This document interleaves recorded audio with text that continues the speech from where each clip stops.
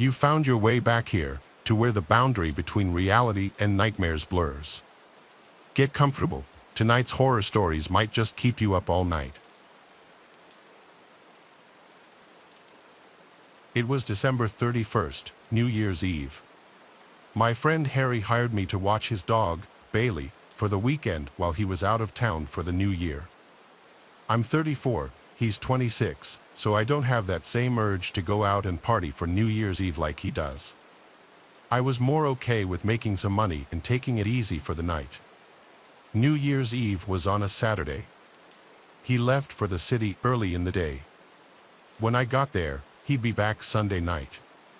He left me with very basic instructions: just feed him and walk him twice a day, and keep him off the furniture.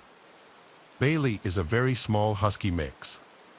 I'm not sure what else she is, but she's about a third the size of a regular husky, and she's very quiet and well-behaved.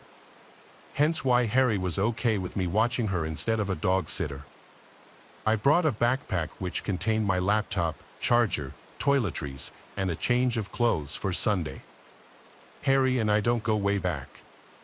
We met through mutual friends and had started going out occasionally on the weekends ever since. I would be sleeping in the spare bedroom of his house on the futon. Throughout the day, I just did stuff on my laptop and played some of Harry's video games. Later in the night, I invited my girl over with Harry's permission. His response was, "You better not in my bed," a way of jokingly saying yes, she can come over. She said she'd be getting out of work after 12, but then she'd come straight over. Harry's house is about half an hour from us, so my girl Ratty wouldn't be getting there until late. I had to kill the time alone with Bailey, watching movies until then. We were in the living room, and Bailey was by my feet. It was probably 9 p.m. when the doorbell rang. I went to answer the door, and it was a girl at the door. She looked about 30. She had a hoodie on and was holding a jacket. She introduced herself as Harry's girlfriend and said she left something here that she needed to grab. I offered to grab it if she wanted, and she said no, it's okay, she knew where it was in his room. I said okay, that's fine, and let her inside. She went straight upstairs to Harry's room and slightly closed the door behind her without latching it. I right away texted Harry, "I didn't know you had a girlfriend." She was in there for quite some time until she came back out, still holding her jacket. She came back down the stairs, thanked me, and was going straight for the door. I tried to stop her for a quick conversation, saying, "How long have you guys been dating?" And she said, "Too long," then laughed as if making a joke. I laughed too, and then she said, "Have a good night." I was a bit surprised by the interaction, but what I gathered from it was they had probably just recently broken up. Now I started to worry that maybe I shouldn't have let her in since Harry hadn't answered my text yet. I called him a few times before he picked up. He was out with his friends in a loud setting, so he could hardly hear me until he went outside to talk. I told him his girlfriend just came by to grab something, and he was completely bewildered at what I was saying. "Who are you talking about?" he said. I responded, "She said she was your girlfriend, I didn't get a name." He said in a yell, "You know I don't have a girlfriend." What did she look like? I started to feel really stupid just about now. I described the girl, and he said he had no idea who this could have been. I then proceeded to explain to him that she went upstairs to his room for a few minutes, then came back down. This was when he started freaking out. He told me to go up to his room now and check if she stole anything. Of course, I didn't know what was in his room beforehand, so he had me check for specific things, which all appeared to still be there. He tried hard to figure out who it could have been and said he'd call me back after he made some calls and sent me some pictures of different girls. Understandably, this was putting a damper on his night. I could tell he'd already been drinking, so I felt awfully stupid for letting some random girl into the house. He started sending me screenshots of different girls' Instagram accounts. None of them resembled the girl who came in. When I said no to all of them, he went silent for an hour. Then he texted me randomly, "I think I know who it was. Make sure she doesn't come back." I didn't ask any further questions. I responded, okay, my bad, and left it at that. Clearly, Harry was going through some serious girl drama, or so I thought. I watched the ball drop alone, not that I really cared about the new year or the ball drop at all. Later that night, Radif finally made it over, and so we hung out in the living room together. I told her what happened, and she was shocked. But then a freakish coincidence happened. Bailey lifted her head and looked at the front door, and then there was a knocking at the door. Whoever it was didn't ring the bell. There was no shot I was opening it. I called Harry a bunch of times, but he didn't pick up. He was wasted and didn't even feel his phone vibrating. Ratty and I stayed quiet, and eventually, whoever it was went away. I was honestly unnerved now. Surely it was in connection to whoever that girl was earlier. Maybe it was even her again. Either way, I didn't want to get involved any further in what was going on. After this, we decided to migrate to the spare bedroom where we'd stay for the night on the futon. We had a movie on as we laid down, and I held her. We fell asleep in this position and woke up at some unknown hour in the night, which I later found out was less than an hour after we fell asleep. I woke to Bailey's howling. She was in the room with us. Ratty woke up after me. Bailey was at the bedroom door, with her tail wagging, howling. I whispered, "Bailey, shush." She looked at me and then came over, but she stayed staring at the door, now growling, making unhappy whimpering sounds. Then there were footsteps outside on the wood floors. We heard what had to be at least 2 pairs of footsteps tiptoeing to the door, and then the doorknob twisted. By force of habit, we had the door locked, thankfully, and a girl's voice said, "Harry." I looked at Ratty and signaled for her to stay quiet. That girl was not alone. Another light tap at the door, and then the girl's voice said, "Who's in there? This is Harry's house." I made the decision to say in a loud voice, almost a yell, "The cops have been on their way for a few minutes now, just so you know." The girl said, "Who are you?" I didn't bite. I whispered to Ratty to actually call the police, and she did.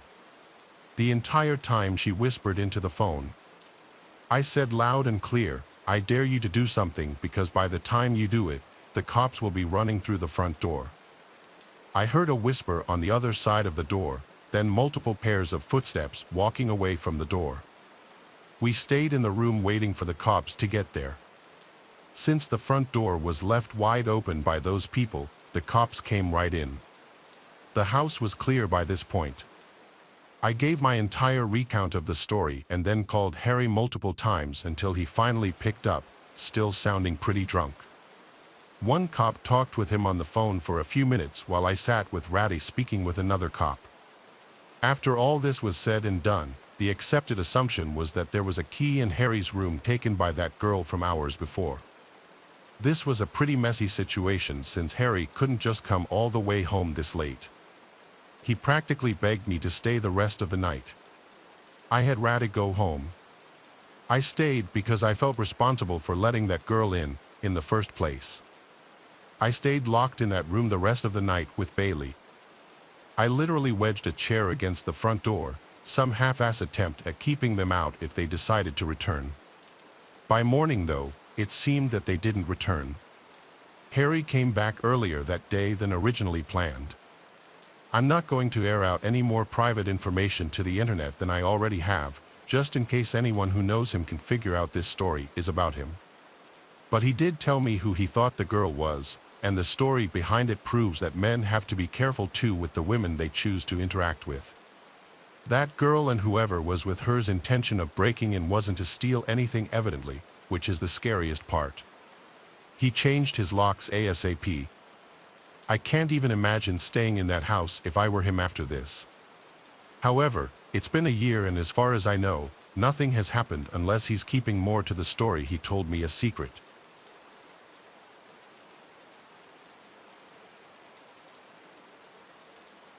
After returning from a night to celebrate the arrival of the new year, my husband and I returned to our apartment complex to turn in for the night. We both had a couple of drinks, but neither of us were intoxicated. As much as we enjoy partying with friends, when it comes down to it, we are really just homebodies. We lived in the corner penthouse suite of our complex. Although this was never confirmed, it was suspected the owners wanted to convert this apartment complex into condos. The rent certainly was not cheap, and access was limited to this floor. Upon entering the building, there is a walk-up to secure doors, and every now and then there would be a doorman to greet you as you entered or exited. There were also multiple security cameras placed throughout and around the building. It was an especially cold evening, and when we returned, there was no doorman present. It was late, at least 2:30 a.m. The foyer was empty, and one of the lights flickered softly. My husband and I entered the elevator and pressed the button to the top floor. The elevator ride was smooth, and as we ascended, I could feel myself becoming more relaxed, excited to finally be home and able to rest. My feet were killing me from wearing heels all night in the bitter cold. The bell chimed, signaling we had reached our floor. The door slid open, and we turned the corner to the left. Like I said, our suite was the corner suite at the end of the hall. However, something caught our eye. A woman, or what at least looked like a woman, was meandering through the hallway. Her hair was dark and scattered, it looked to be matted and covered her face. She wore a black lace dress that was torn and looked to be in bad shape. Thinking back, I don't even think she had any footwear on. We assumed she was intoxicated and was having difficulty finding her suite. Although on closer inspection, she didn't look familiar. We knew all of our neighbors, as, like I said, access was limited on this floor. I looked at my husband, who stood still as well. I could see he was contemplating the same thoughts. I asked him, should we ask if she needs help? He looked at me and said, just wait, maybe she's just drunk and having a hard time finding her suite. The woman just continued to slowly slide herself along the walls of the hallway, stopping at each door and peering through the exterior peepholes. Admittedly, this was creepy, but it just added to the theory that she was a drunk woman looking for her friends. She was humming, or what I believe was humming. The sound was something between a growl and a hum. We stood there in utter disbelief and awe. However, there was a veil of tension and uneasiness that lingered. The strange woman stumbled through the hallway, hunched over, until she pulled herself up to peer through the peephole. She eventually got to a suite of an elderly lady, whom I have a strong connection with. We'll just call her Evelyn. Evelyn was the sort of woman whose family had neglected her and rarely visited. She would bring my husband and me baked goods from time to time. I would bring her leftovers and assist her with groceries and medication. Frequently, Evelyn's smoke alarm would constantly go off. I would have to rush over and pull out the smoldering toast from her toaster and fan her smoke alarm until it stopped beeping. At times, a nuisance, but it would always turn into tea time. Nevertheless, I cared about Evelyn. So when I saw this strange woman peer into her peephole, I reacted. I blurted out, "Excuse me, are you all right?" I could feel myself lose confidence as I asked. The strange woman seemed to shudder for a moment and hunched over to the floor. She looked like she was about to puke or was frightened by my voice. My husband and I stepped closer, but the woman then let out a series of soft and menacing laughs, just barely audible. I have to admit, in this moment I was thoroughly creeped out and reached for my cell phone. It was uncomfortable because we couldn't get to our suite. Without having to walk right past this deranged woman, my husband said, "Hey, did you hear us? Do you need help?" Her laugh began to grow into what was a steady cackle. The strange woman then stood up. As she stood up, her cackle became a mixture between a cackle and a boisterous growl. She then stumbled forward and continued walking down the hall. There was a staircase just outside of our suite. I assumed she was making her way to the stairs, just too embarrassed to walk past us to the elevator. Maybe she was just a drunk woman, and this was nothing more than an uncomfortable standoff with a sad and intoxicated woman. I mean, if she was really that drunk, the stairs probably weren't a good idea. We were on the 7th floor. Nevertheless, I just didn't feel like it was worth the risk to engage with this woman. I just wanted to enter my suite and dive into bed. It was late, and my feet still hurt. As we took a few steps forward, the woman stopped, almost with laser precision. She stood up completely straight, looked right at our door, and then began to pound on our door, screaming bloody murder. I could feel myself becoming swallowed with fear. I reached for my cell phone and began to dial 911. The woman kept pounding on our door and screaming. To be honest, I'm surprised none of our neighbors came out to see what was happening. Part of me thinks they were too afraid themselves and were probably peering out of their peepholes. Afraid of what our neighbors would think, my husband said, "Hey, what are you doing? Stop that." And just like that, the strange woman stopped, fell to the ground, and began crawling quickly towards us. She looked up for a brief second. All I could see were her dark eyes. Her mouth seemed to be stained black, and she was growling again, but this time it was as if there was something in her throat that she was choking on. Frozen with fear, my husband and I just watched until she flashed us a menacing hiss, the kind you would hear in a movie but never imagined in real life. Terrified, I whipped off my shoes, and my husband and I ran towards the staircase on the other side of the building. We didn't want to risk waiting for the elevator and have her catching up. We went down 2 flights of stairs and stopped to listen if she was making her way down the stairs, but it was almost impossible to hear as my heart was pounding so hard. I thought to myself, what the hell was going on? We waited there for 10 minutes or so until eventually, we had the courage to head up the stairs and back to our suite. The woman was gone, and so we entered our suite. I was just relieved to finally be safe in my home. My husband sent a text to our landlord, and he replied that we would hear from him in the morning. I was so unbelievably exhausted but found it incredibly difficult to sleep. The sound of that woman's growling and cackling rang in my ears. I hardly slept. The next day, when my husband went to speak to the landlord, he asked him to check the security cameras. Although nothing turned up, the landlord said the cameras glitched due to the frigid temperatures last night. To this day, I still don't know what to think. That woman most certainly had problems. The question is, was she dangerous? We moved about a year later, but every New Year's Eve, I still think about that night. It was New Year's Eve of 2020, and all of us were ready for this horrible year to be over.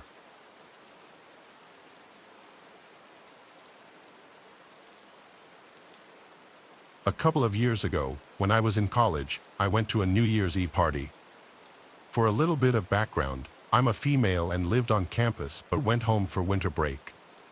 My parents' house was only about an hour away from campus, and I had a few friends who went back to school early. There was going to be a New Year's Eve party at one of my best friends' houses on campus, so I went back there for it. First, I went back to my college apartment and then arrived at my friend's on New Year's Eve at about 5 p.m. I was one of the first people there, and we just kind of hung out until the other people came over. For a long time, it was a lot of fun, and a lot of my college friends were there, but like many college parties that I went to, things soon became a little bit out of control. A lot more people started to show up at like 10 p.m. or so. The college that I went to is a very large university. I'm not sure how many people attended, but probably well over 25,000 or 30,000. The house soon had a lot of people that I didn't even recognize in it. I was still having a good time, though, until this one guy came up to me. He was a man who looked to be in his 29-year-old and had a tall, somewhat muscular build. Now, he wasn't jacked or anything, but he also wasn't fat, he was just big. He came right up to me, seeming drunk, and started asking me questions about myself. We talked, but not long into the conversation, he asked if I wanted to leave with him. I said no. He kept asking, and I soon walked away. It was very crowded, and the guy followed me all around just about wherever I went. By that point, it was probably midnight, and I decided to just leave. I walked through the crowd of people and found my friends. I told one of them about the guy who was following me, and then I said I would be leaving. I tried to point him out in the crowd, but at that point, I couldn't find him. Then I said bye to my friend, and I left. When I first got outside, I thought that the guy had finally given up. I didn't see him, and I was walking back to my apartment, which was only a few blocks away. But when I started to walk down the street, I heard somebody leaving the house and turned around to see the guy. He yelled at me, asking me where I was going. I told him that I was going home, and he started to walk towards me. Now I was concerned that he was going to follow me all the way back to my apartment. I tried to just ignore him and walk away and hoped that he would stop, but he didn't. I heard him walking down the street after me, trying to catch up. I walked as fast as I could without running. When I made it to where I had to turn, he was still behind me. He was a long way back, so I tried to lose him. I cut through a random person's yard and then went through their backyard. Once I got through there, I cut into the next block over and then walked the other way down the street. This ended up working, and when I got off of that street, I no longer saw him.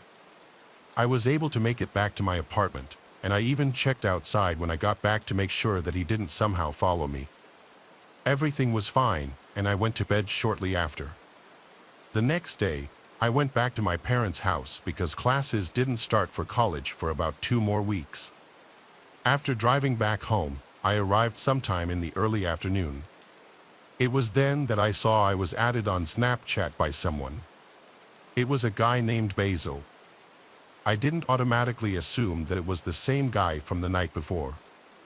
My college was so big, and I knew a lot of people and didn't have all their snaps. To be honest, I got added by people on almost a daily basis, plus I didn't even recall this guy telling me his name the night before. But after the guy added me on Snapchat, he said hi to me, and I asked him who he was. He responded, saying we met last night, remember? That's when I realized it was the same person. Still, I asked him to clarify. He said he was at the party and then described himself. When he did, I blocked him. I wanted nothing to do with this guy because, after all, he had tried to follow me home.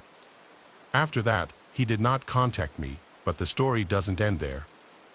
That night, I was at my parents' house in my bedroom. I noticed out of my window a car parked on the side of the road out front. It was kind of weird because our neighborhood was quiet, and everybody's houses had long driveways with plenty of space to park. Plus, the car was parked like 20 feet from our driveway. It was a very typical looking sedan, but I couldn't see if anybody was inside or not because it was too far away. I decided to get up and walk over to the window to get a little bit better view. When I did, literally right when I got to the window, I saw the driver's door open. A man got out, and at first, I had no clue who it was.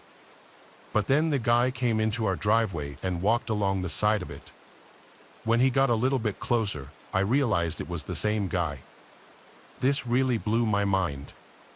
At first, I was not even near campus. I was at my parents' house an hour away.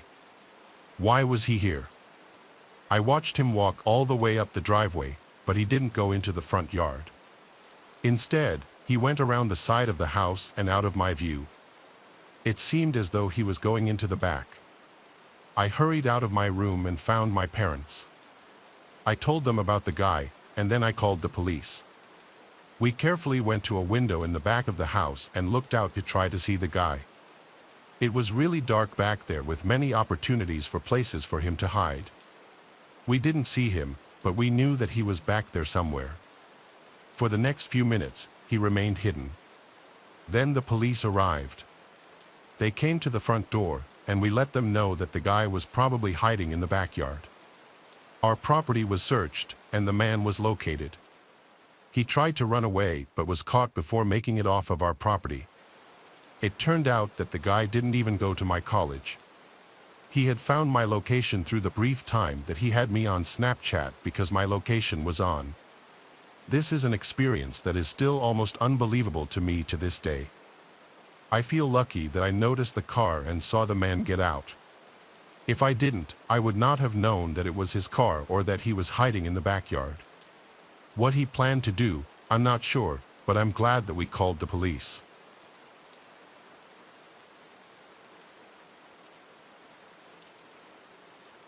When I was 12, the dawning of a new millennium took place on New Year's Eve. While people were fearing the worst with the Y2K bug or out partying and drinking, I was home alone. In 1996, my parents had split up and from there, they divorced. My mother and I moved across the country from Oregon to Tennessee with her best friend. On the eve of the year 2000, I was home alone and my mother was currently out of state. Now, this didn't worry me as this was not the first time.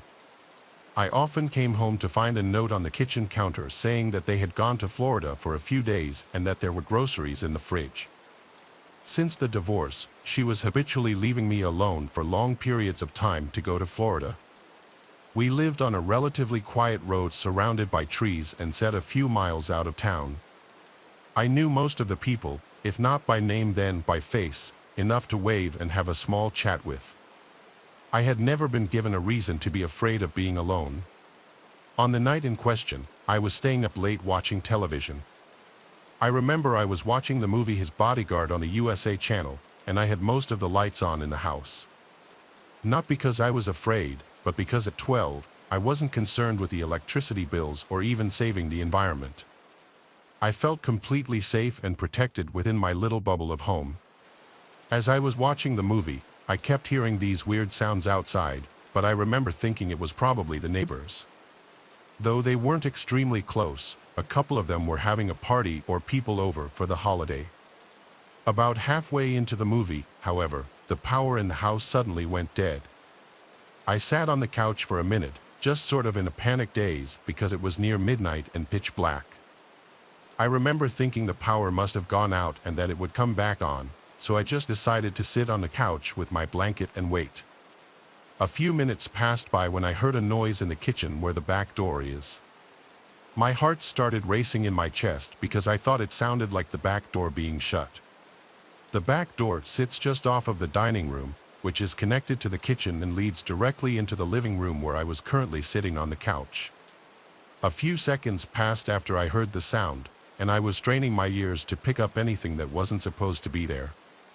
Every noise suddenly felt magnified. When footsteps sounded on the floor, I immediately slithered off of the couch onto all fours, crawled around the ottoman, and started, as slowly and as quietly as I could, to make my way toward the space between the love seat and the couch. I knew I could fit under the side table and be completely hidden by the dark and the ottoman from playing hide and seek in the dark many times with my friends during sleepovers.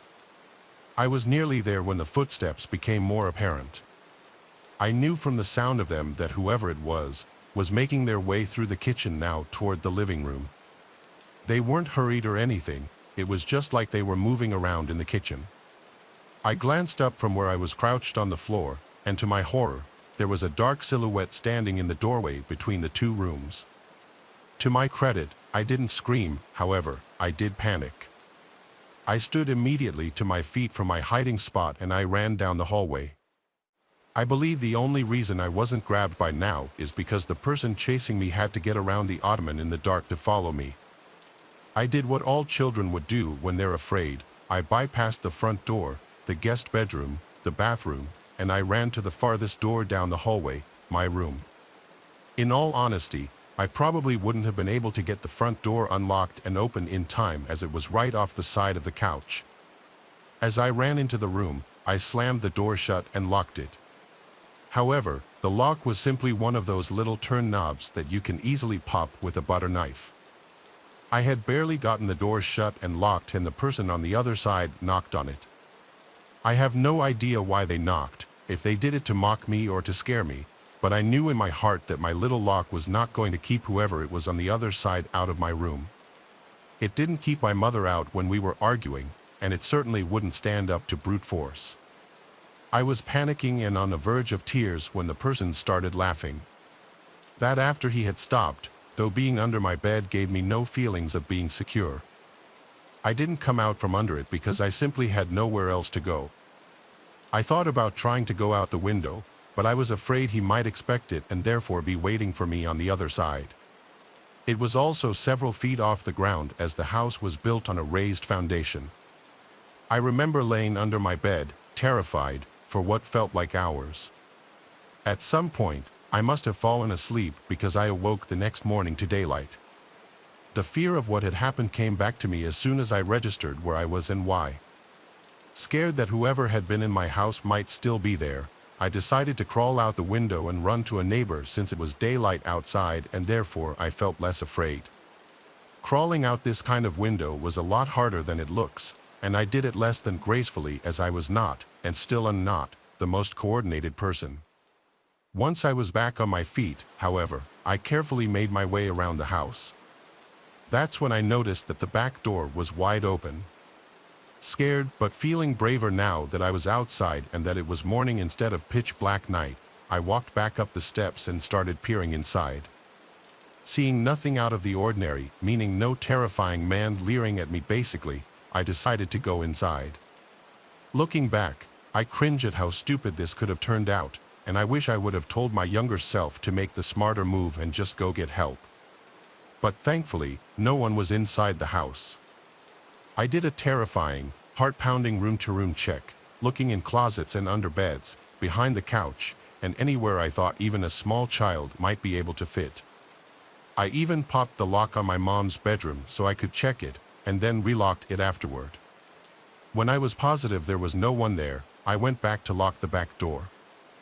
I had left it open in case I needed to escape, and I noticed that the breaker box on the opposite wall was open. The main switch had been pulled.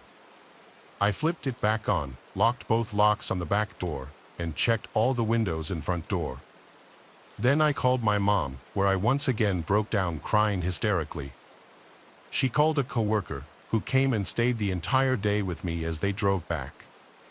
My mom still took random trips to Florida after that, but I always went with her from then on.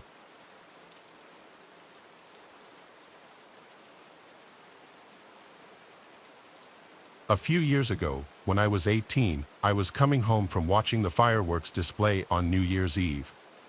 It was 3 a.m. when I reached my safe, family-friendly, nothing ever happens neighborhood. I'm from Sydney, Australia, and live in a posher and wealthier area. My friends wanted to call a taxi because we didn't want to wake our poor parents at this hour to drive us back home, but because of my stubbornness and insistence, we ended up taking the very long walk home.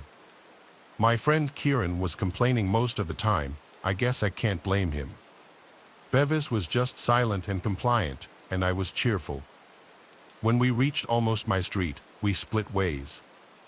The guys went on their very long walk home, which was way longer than mine, and I continued on mine. When I passed a little cake shop, I noticed a guy across the street. I only looked at him briefly, but something in the way he quickly looked up at me, almost with interest, caught my attention.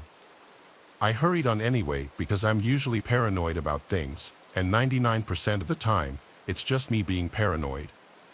I turned onto my street, which was much darker than I had anticipated. This was about 3:15 a.m., mind you. As I passed the bowling club, I kept looking behind me just to make sure. It was getting quite cold and dark, so I started feeling creeped out, but there was no one behind me, no one anywhere as far as I could see. I was halfway down my street where the road dips down when I noticed something on the path in front of me. I couldn't tell what it was, and at the last minute, I stepped off the path onto the road to avoid it because it looked like it might be a dead animal. As I stepped onto the road, I turned slightly and saw that there was someone behind me. They weren't too close, but they weren't too far away either, and I remember my heart leaping into my throat because I hadn't seen them before, and for them to have gotten that close in that short space of time, something about it didn't sit well with me. When I told people about this later, they said that I should have been quite suspicious then. It was 3 a.m. in the morning, and you're quietly walking behind a girl, not even bothering to keep a safe distance. Like, if you're really innocent, you would take measures to emphasize that, right? I couldn't see who it was, nor could I tell if it was male or female because it was just a black figure to me. It was a very brief glimpse. I was scared, though, so I whipped out my phone and started to call Kieran. I kept calling him, but silly Vodafone couldn't connect to him. So I tried to call Bevis, but he wouldn't pick up.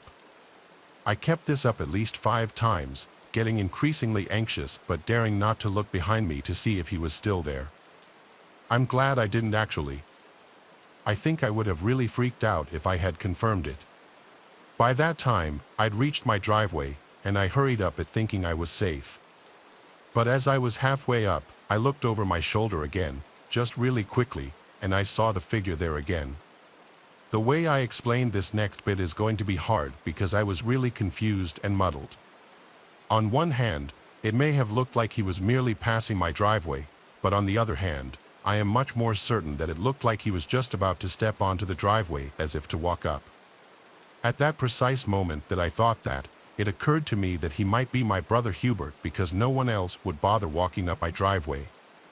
Even if some guy was following me, it never occurred to me that he would really go to the lengths of going up my driveway as well.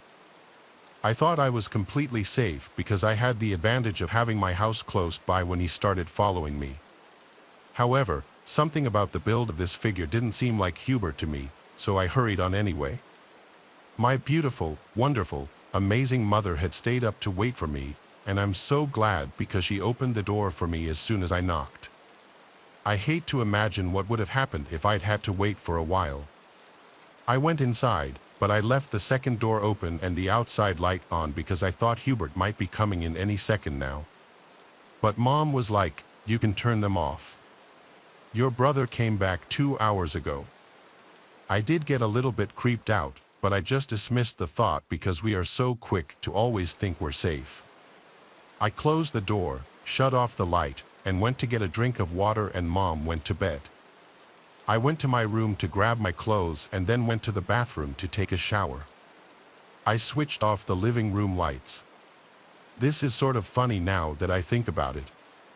Before I took a shower, I replied back to a message from Kieran, who was asking if I was home safe yet. I demanded to know why he hadn't picked up his phone and then told him I was creeped out for a few minutes, but I was okay now. As I showered, I actually thought about that figure. I wasn't too convinced that it was following me, but my mind did teeter into wondering this or that. In any case, I remember thinking that it was okay because I was safe now. Near the end of my shower, I heard something at the window. It didn't sound like the usual creaking or bumping of an old house. The way I described it to other people was like the sound of someone resting their hands against the window to steady themselves. It sounded really unnatural. I know because it caught my attention straight away, and I immediately jumped to the possibility that there might be someone outside. I know that only a really strange sound would make me do what I did next, which was to turn off the water and crouch under the window, hiding and waiting. I waited for quite some time, too scared to move for a few minutes, but there was nothing. So I gingerly crawled out, still too scared to stand up properly, and I switched off the bathroom lights.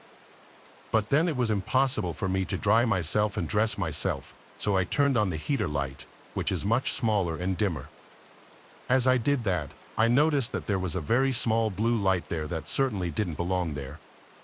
The way I can describe it now, it was almost like a keypad of a phone lit up. I was scared, but I switched off the heater light as well and backed into the corner, my towel wrapped around me, and I waited. It seemed like a long time that I waited, too scared to unlock the door and move because I knew it would make a lot of noise. As I waited in the pitch darkness, several blue lights came on outside the window. A few became very bright, and they were moving, trying to shine through the window. Now that I think about it, it had to be a phone, but I'm not sure because there were a few lights. But that did it for me because I practically bolted for my mom. I unlocked the door and went into my parents' room, trembling like a leaf and gibbering that there was someone outside the bathroom window. I was clearly very upset, so Mom ushered me around, trying to find a safe room for me to change into. Dad apparently heard the footsteps hurrying back down the driveway, and I'm glad he did because the situation feels so surreal to me now that I'm not even sure if it really happened. Maybe I imagined it all, but this is confirmation that it wasn't just my imagination. I was so shaky, and I slid into bed and couldn't sleep until morning. Even when it was morning, I was terrified, especially when I heard Dad leave the house and go into the backyard. That was the lesson I learned. I'm never walking home again at night. I'm even a bit worried during the daytime now. We never did find out who it was. People wondered if it was the same person I passed earlier, but for some reason, I didn't think so. My brother doesn't think so either.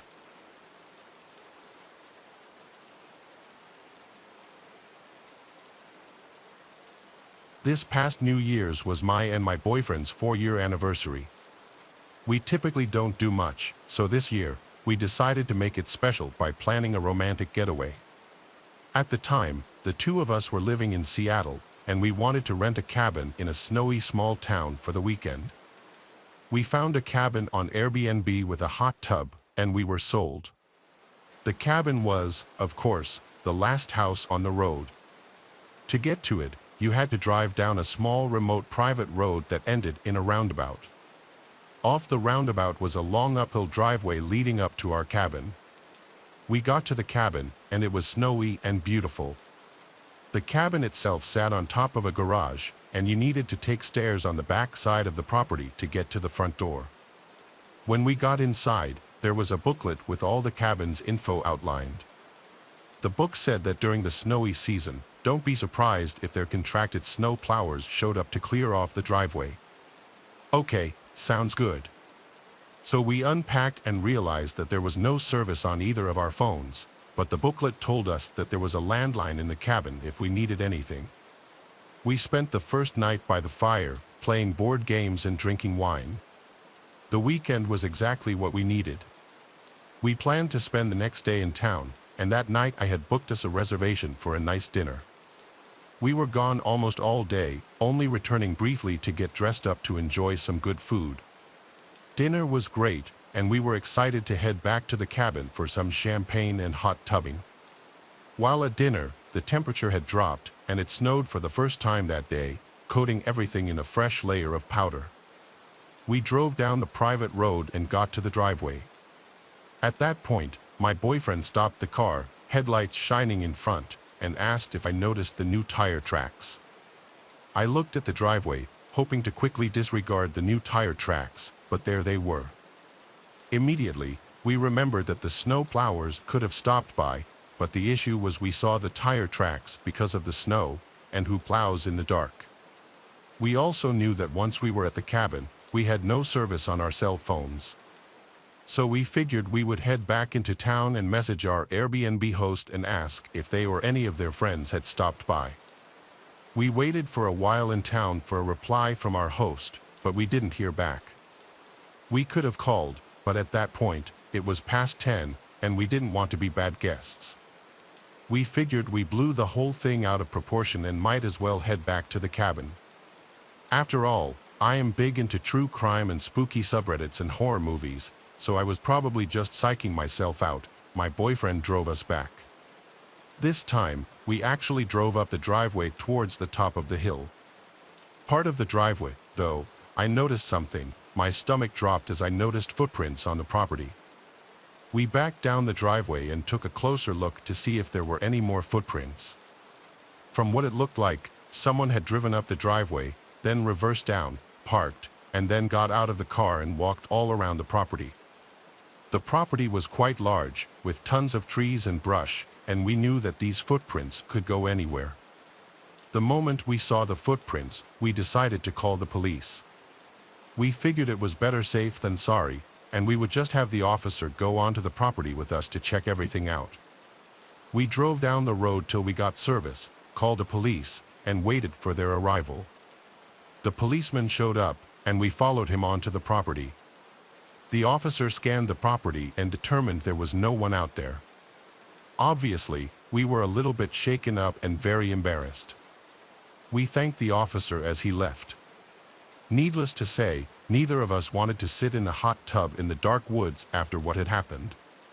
Instead, we locked the doors and watched a movie with champagne.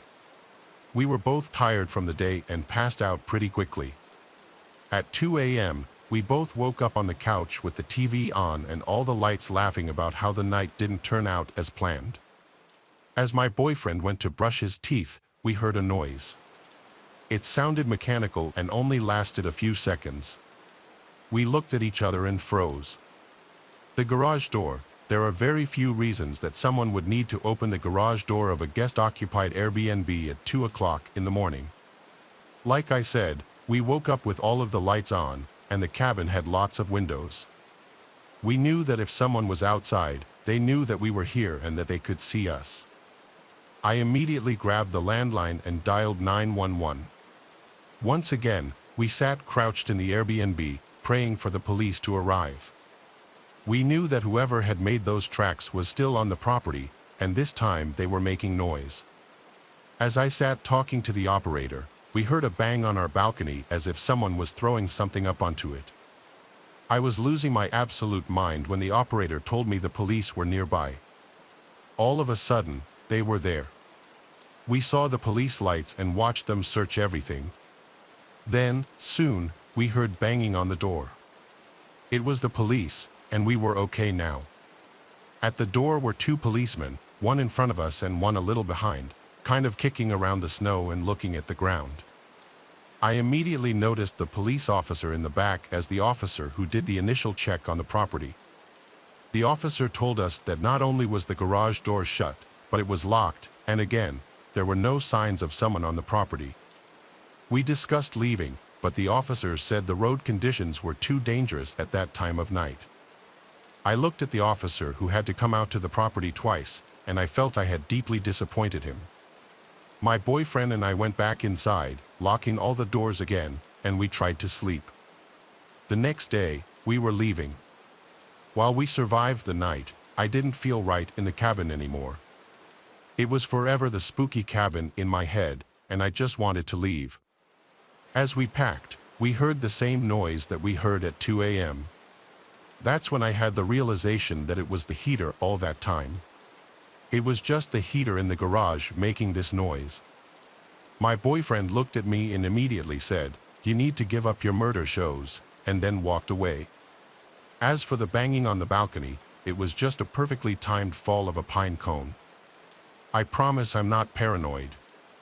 I think back on this story a lot and I'm embarrassed about how little came of it, but also incredibly grateful for the same reason.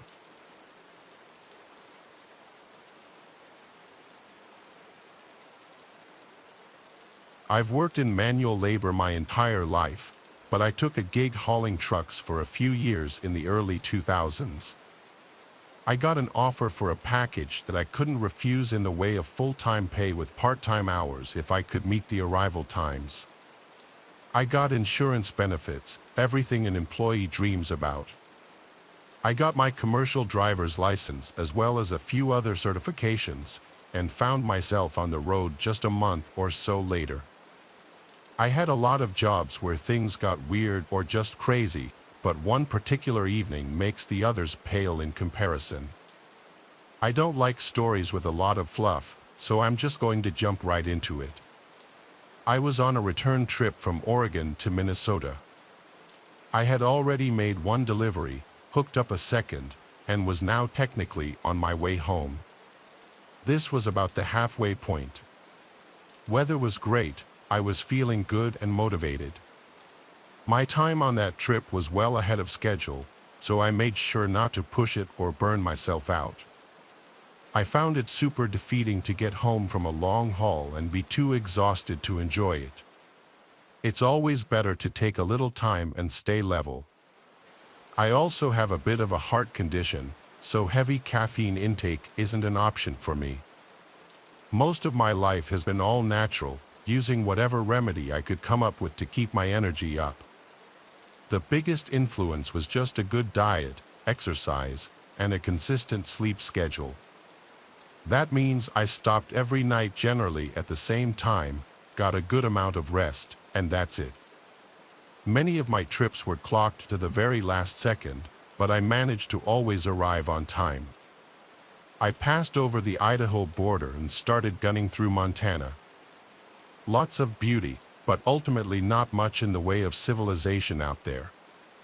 The route took me through Missoula and some more established townships. Between them, though, you'd be lucky to find a service station of any kind. Rural stretches like this always kept me on my toes as I'd heard horror stories about guys running out of gas, blowing tires, or encountering engine trouble. There isn't help for 75 miles in each direction. On top of that, some of these rural stretches don't see a lot of traffic. Some early mornings, I wouldn't see another car on the road for an hour at a time. I had my eyes set on a trucking station out in the middle of nowhere between Bozeman and Livingston. I'd roll through Bozeman around dinner time, grab a quick bite to eat, then push on towards the station. I'd let my food settle and digest a bit. After an hour of driving, I'd hit my target, pull over, and be totally ready for bed. I liked routine, structure, and having a plan. That night, everything was supposed to be simple. At first, it was. My plan was going smoothly. I got dinner, gassed up, experienced little to no traffic, and was back on the road in no time. Soon, I found my head swimming from the digestion and long day of driving. But there it was, some lights out there alongside the highway. You know exactly what I'm talking about, those big concrete pullouts on the side of interstates every 100 miles or so. They usually have a bathroom, vending machine, trash cans, everything people living on the road might need. I pulled in and found a rare sight, not a single vehicle anywhere. No one was using this rest station, and I liked that. There's a kind of security in being solo, if that makes sense. I let the truck cool down, locked everything up, then crawled into the living space in the back. My area was very simple, a bed, small table attached to the wall, and an overhead shelf to store most of my belongings. I also had a little makeshift power cell which I used to charge a portable flip DVD player that had both the player and the screen. It was one of those inventions of the 2000s that could have only been popular then. I settled in with my big blankets and pillows and watched one of my favorites, Resident Evil or Reign of Fire, an action thriller of some kind. Despite the shooting and explosions, I fell asleep just after 30 minutes. I closed the DVD player and surrendered to the darkness inside my cab. It must have only been a couple hours later when something woke me up. I couldn't place it, but I knew something jarred me. I have a habit of snoring occasionally, and when I do, I sometimes wake myself up with one of those louder rips. I thought maybe that's what happened, so I snuggled in for a few more hours of sleep. I like to hit the road before sunrise and get those extra miles in before the rest of the world wakes up. Just as I closed my eyes though, I heard it, the sound that woke me up. It wasn't a snore like I thought, but the abruptness of a cough. It came from somewhere beyond the cab, outside in the parking lot. It sounded partially muffled, maybe another trucker had pulled in and I just simply hadn't heard the rumble. Really didn't seem that likely, but I guess anything is possible, right? I wanted to be sure of what I heard, so I turned on the small overhead light. The second that flicked on, I could hear shoes slapping the asphalt and the sound of someone running away. As I listened, the footsteps faded a bit. The person was running away from my truck. They must have seen the light come on and reacted to that. But at this point, I'm now on high alert. I turned the light off so as not to give away my position within the truck. As long as it's dark, it's almost impossible to see in the depth of the sleeping cab, so I used that to my advantage. Looking out, I surveyed the parking lot and found something unusual, an older van parked across the lot, sitting angled so the broadside faced my windshield. Definitely weird, as I was 100% alone when I pulled in originally. That parking lot was empty. I tried to be reasonable though. Maybe he was walking his dog, having a smoke. Whatever the case, the person was likely a long-haul traveler just like myself. The guy was probably stretching his legs, doing a few laps of the parking lot when he accidentally woke me up. Once he saw the light, he realized that he made a mistake, then hightailed it back to his van. It really wasn't the most out-of-the-ordinary thing to happen at a truck stop. With a little apprehension, I let everything go and didn't investigate it any further. Despite my best efforts, I couldn't fall back asleep. Just as I started to drift off, I heard those footsteps again, and then what I thought sounded like someone tugging on the passenger side door handle. There was an unmistakable click, then the sway of someone stepping off the sidebar. Whoever I'd heard coughing was just trying to get inside my truck. At this point, all my alarms are going off in my head, and that structured, well-planned part of my brain is now scrambling. For whatever reason, and a lot of my friends have given me flack for it over the years, I didn't carry a gun on these truck hauls. I did have a short club that I used to check my tire pressure, and that was a great second option.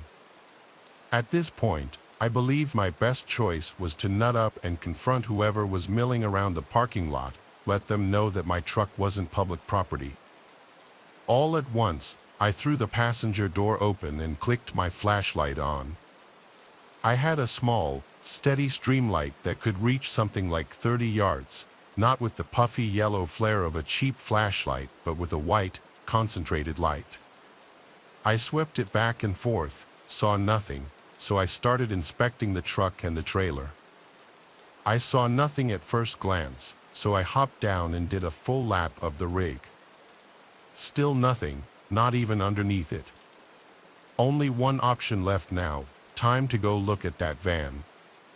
I swept the flashlight around and started marching up to the rear. I wanted to see the license plate before I checked it out any further. As I went to eye the back of the bumper, I brought my light up so I could see. My eyes naturally went to the license plate, which was from South Dakota, but something else caught my attention. I couldn't place it at first, but as I kept looking, it all came into focus. Below the back of the van, near the far back tire, there was a pair of boots. Someone was crouched and hiding on the other side of it. Only the toe tips poked out, but it was enough for me to see what was going on. I left the light on the boots for 10 to 20 seconds, long enough for them to realize that they were exposed. I watched in disbelief as the boots slowly shuffled backward until they were completely hidden behind the tire. My stomach soured at the whole thing. This person clearly had ill intentions, and I wanted nothing to do with them. I wanted to say something, but I found myself completely speechless. I'm not confrontational. You may have gleaned that from my lack of a firearm. I didn't want to issue a threat to someone who might have the upper hand. I just backed up until I reached my truck, hopped in, and locked the door. I figured that encounter was enough. I got out and found them, who would come up and keep messing with me. We both knew what was going on at this point, so the mystery was completely over. Just some vagrant weirdo looking to make a score. Now that he knew the truck wasn't abandoned, I hoped that he would just move on. I sat for 45 minutes, and that van never moved. I didn't see anything move, no person, no door opening or closing. It's like they were still hiding behind that rear passenger tire. As the morning went on, though, sleep came and kissed me, and I knew I needed to get at least a couple more hours of rest if I wanted to have a successful day. My eyes started to droop, and soon I was snoozing.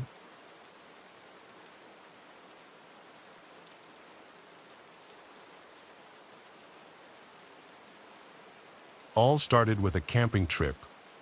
Me and my girlfriend, let's just call her Lee, were young and dumb, blissfully unaware of the cosmic curveball life was about to throw our way. Picture this: crisp mountain air, crackling campfire, the Milky Way sprawled across the velvet darkness. Textbook postcard perfect. Except the postcard ripped in half when we woke up the next morning, disoriented, clothes rumpled, and with a gaping hole in our memories where the previous day should have been. We brushed it off as a weird shared dream, a glitch in the matrix, but a niggling unease settled in our gut, a premonition of things to come. Back in the familiar chaos of college life, things got weirder. Lee, normally the picture of health, started experiencing these unexplainable physical oddities, dizzy spells, nausea, heightened sensitivity to light. Then came the bombshell, pregnant. Impossible. She was on the pill religiously. The doctors were as confused as us, their tests revealing nothing out of the ordinary. Yet, as the weeks ticked by, the strangeness intensified. Lee's body became a battleground, her health fluctuating like a runaway roller coaster.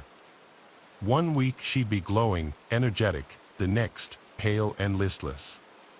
The baby inside her, meanwhile, seemed to be defying the laws of biology, growing at an alarming rate. The ultrasound session was disturbing. Before Lee and I knew what we were looking at, the technician ended the session. She seemed disturbed, leaving with no explanations given. Both Lee and I were beyond bewildered, bordering on desperation.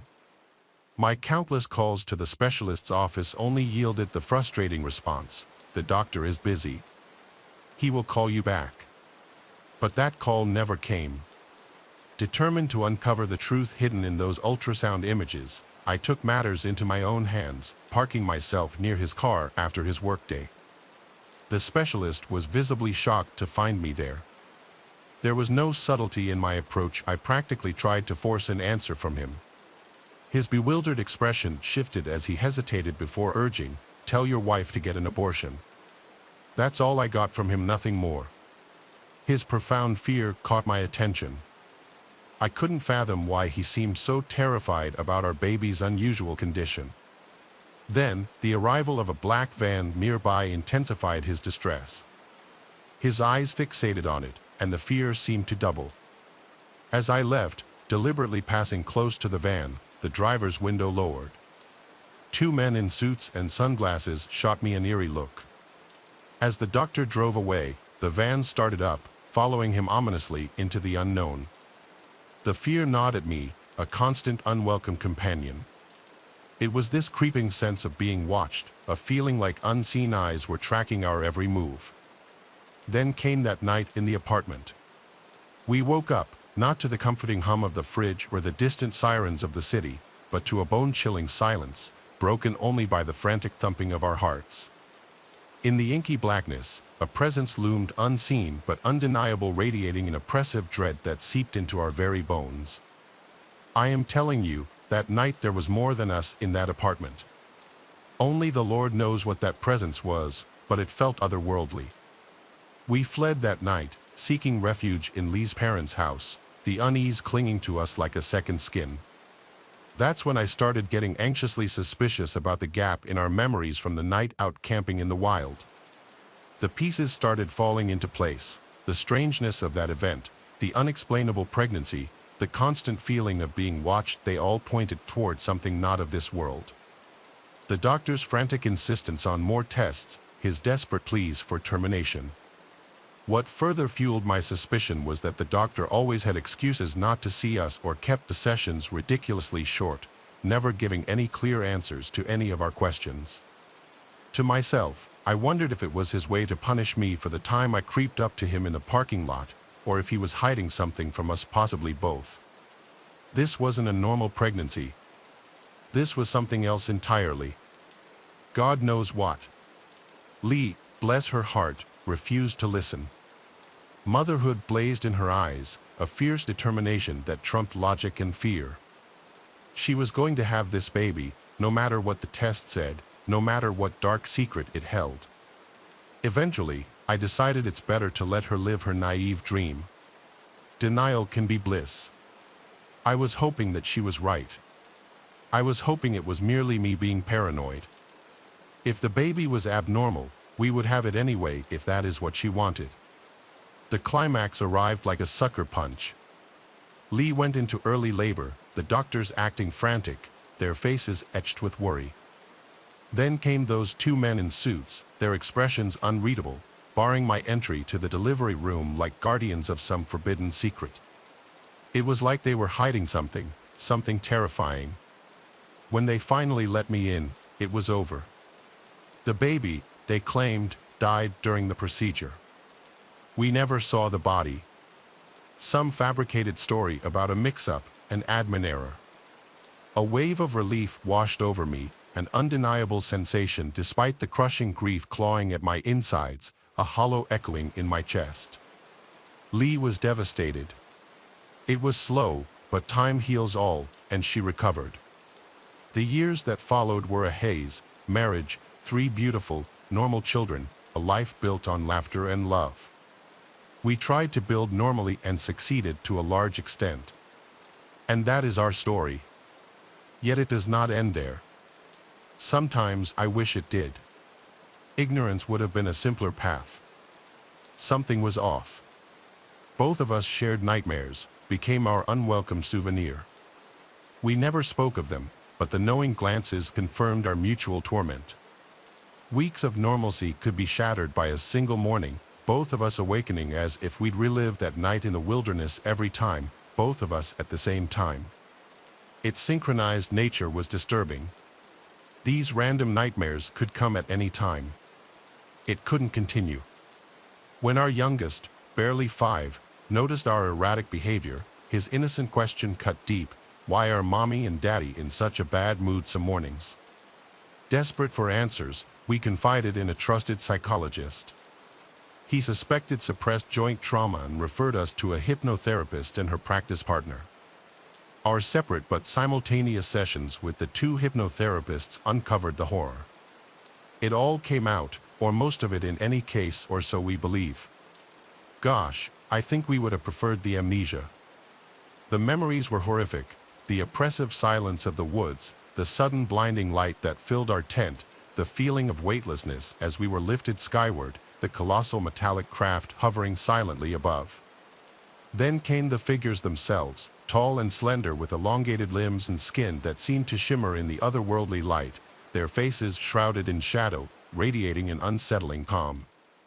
Their movements devoid of human emotion, their large almond-shaped black eyes, that is one thing that I can't get out of my mind since the regression sessions.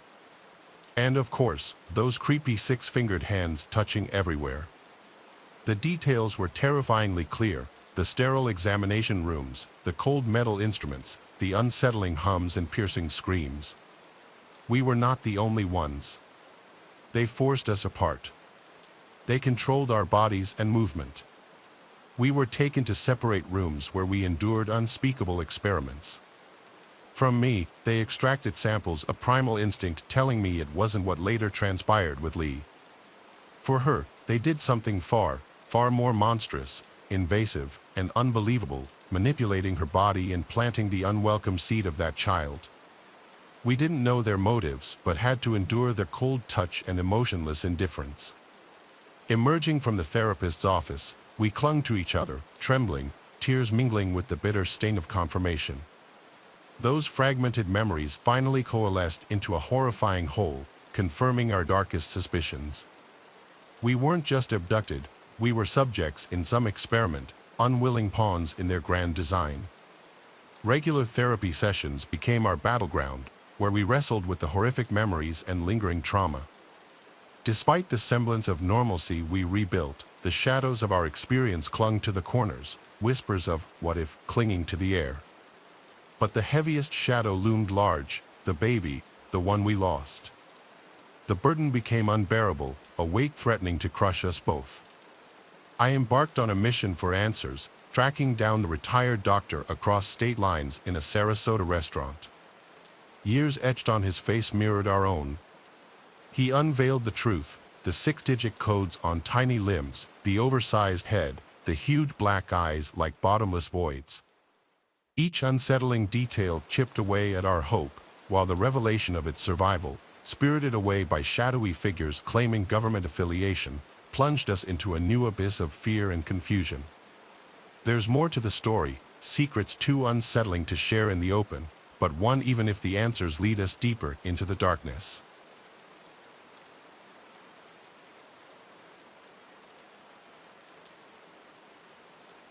I faced a grim battle with a rare blood cancer, one that offered little hope for recovery. With the harsh reality of my condition looming over me, I made the tough call to forego treatment, accepting the uncertain road ahead with a heavy heart.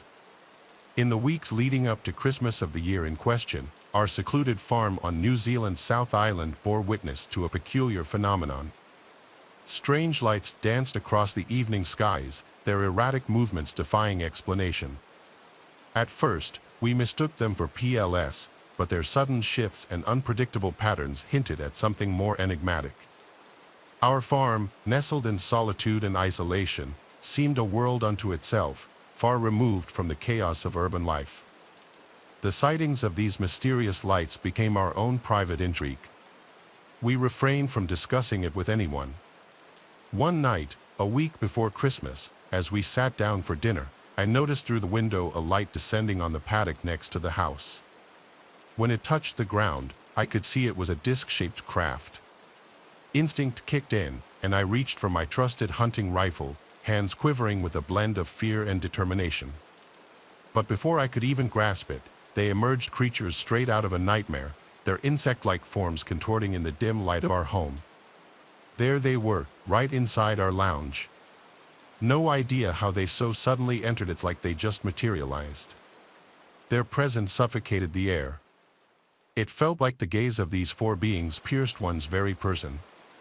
We were in a state of hypershock. Mary stood behind me, arms protectively enveloping our daughter. Mary recalls our innocent Leah seemed wondrously amused by the creatures, while Mary and I were in a state of pure anxiety and dread. We stood frozen, trapped by an invisible grip, unable to break free from the fear that held us in place. Despite my efforts, my limbs refused to obey, rendering my weapon useless against the encroaching darkness. I don't think any words can describe what was going through my mind at that time. While you are reading or listening to this, imagine for a while being in such a bizarre and threatening situation. While doubting my eyesight at that moment, in fact, doubting my very sanity, I simultaneously am confronted with protecting my wife and child against creatures that can simply materialize or dematerialize as they please. All of this while they control my body, rendering me absolutely incapable of my duty as protector of my young family. The entire thing is simply too ghastly to describe. That experience left a lasting mark on me. As swiftly as they had appeared, they vanished, leaving us trembling in the wake of their inexplicable visitation. This eerie experience was a chilling reminder of our vulnerability in the vast expanse of the unknown. As Christmas Eve enveloped us, the air buzzed with the anticipation of the cherished family gathering in festive mart. The following day, our joint families were driving all the way to spend Christmas Day at our place, stay over the night, and drive back on Boxing Day. Despite the shadow cast by my illness, we had painstakingly prepared for the occasion, fueled by the promise of love and laughter that awaited us. Mary, ever the embodiment of resilience, orchestrated the culinary symphony in the kitchen with practiced finesse. The aroma of roasting turkey and freshly baked pies wafted through the air, a tantalizing preview of the warmth and joy that awaited us on the morrow. Yet beneath the facade of holiday jubilation lurked a solemn reality, a truth I had grudgingly come to terms with. This would be my final Christmas, a poignant reminder of life's transience and the relentless march of time. The events of the previous week were still on our minds, but as it caused no harm except for freaking us out, we decided that we would not let it feature in our thoughts for the next few days. If only it was going to be that simple. As the night wore on and darkness blanketed our home, a disturbance shattered the tranquility. I jolted awake, a sense of disquiet creeping through me like a silent specter in the night.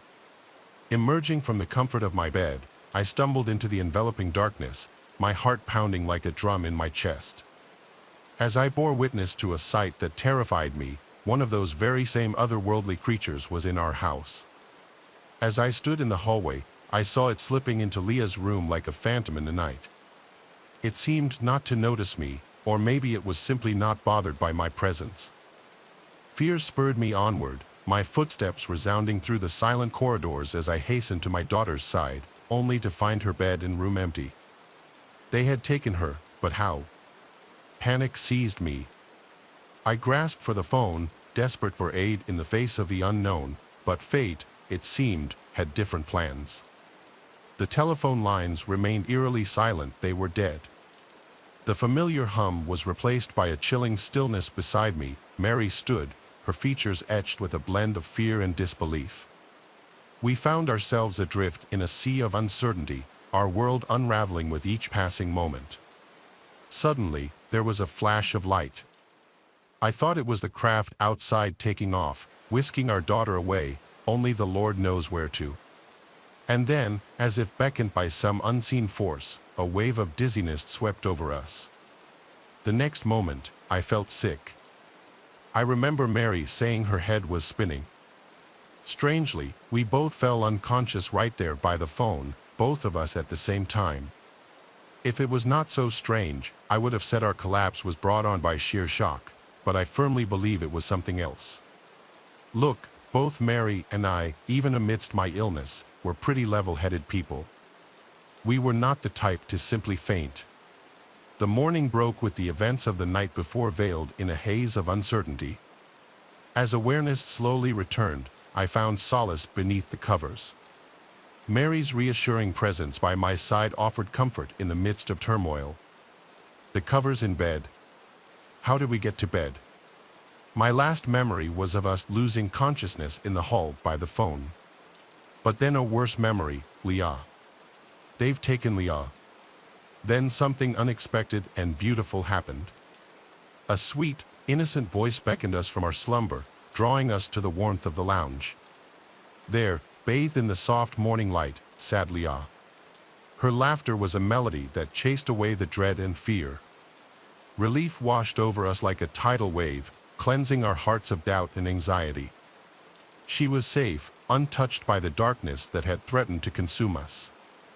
We held her close, her embrace the ultimate gift I would receive on that Christmas day. As we basked in the joy of her presence, a sense of peace settled over our home, a peace forged by the unbreakable bond of family. We never discussed the events of the previous night or days with our family. Despite the horrific events leading up to our Christmas, the day itself turned out to be a beautiful experience of love and joy. As it was going to be my last, I only wanted to focus on making that Christmas the best memory for Mary, Leah, and our folks.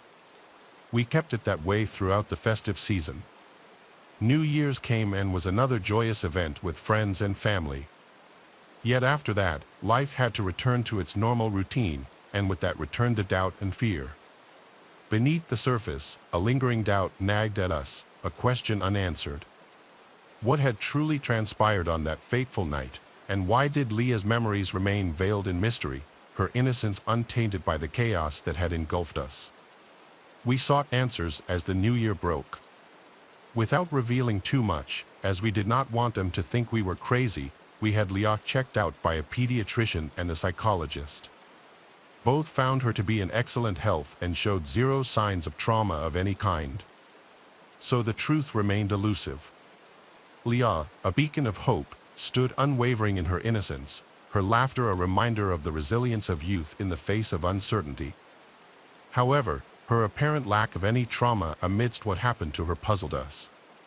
Yet, we were grateful our daughter was unscathed by whatever happened to her. Then February came, and it was time for my visit to the oncologist.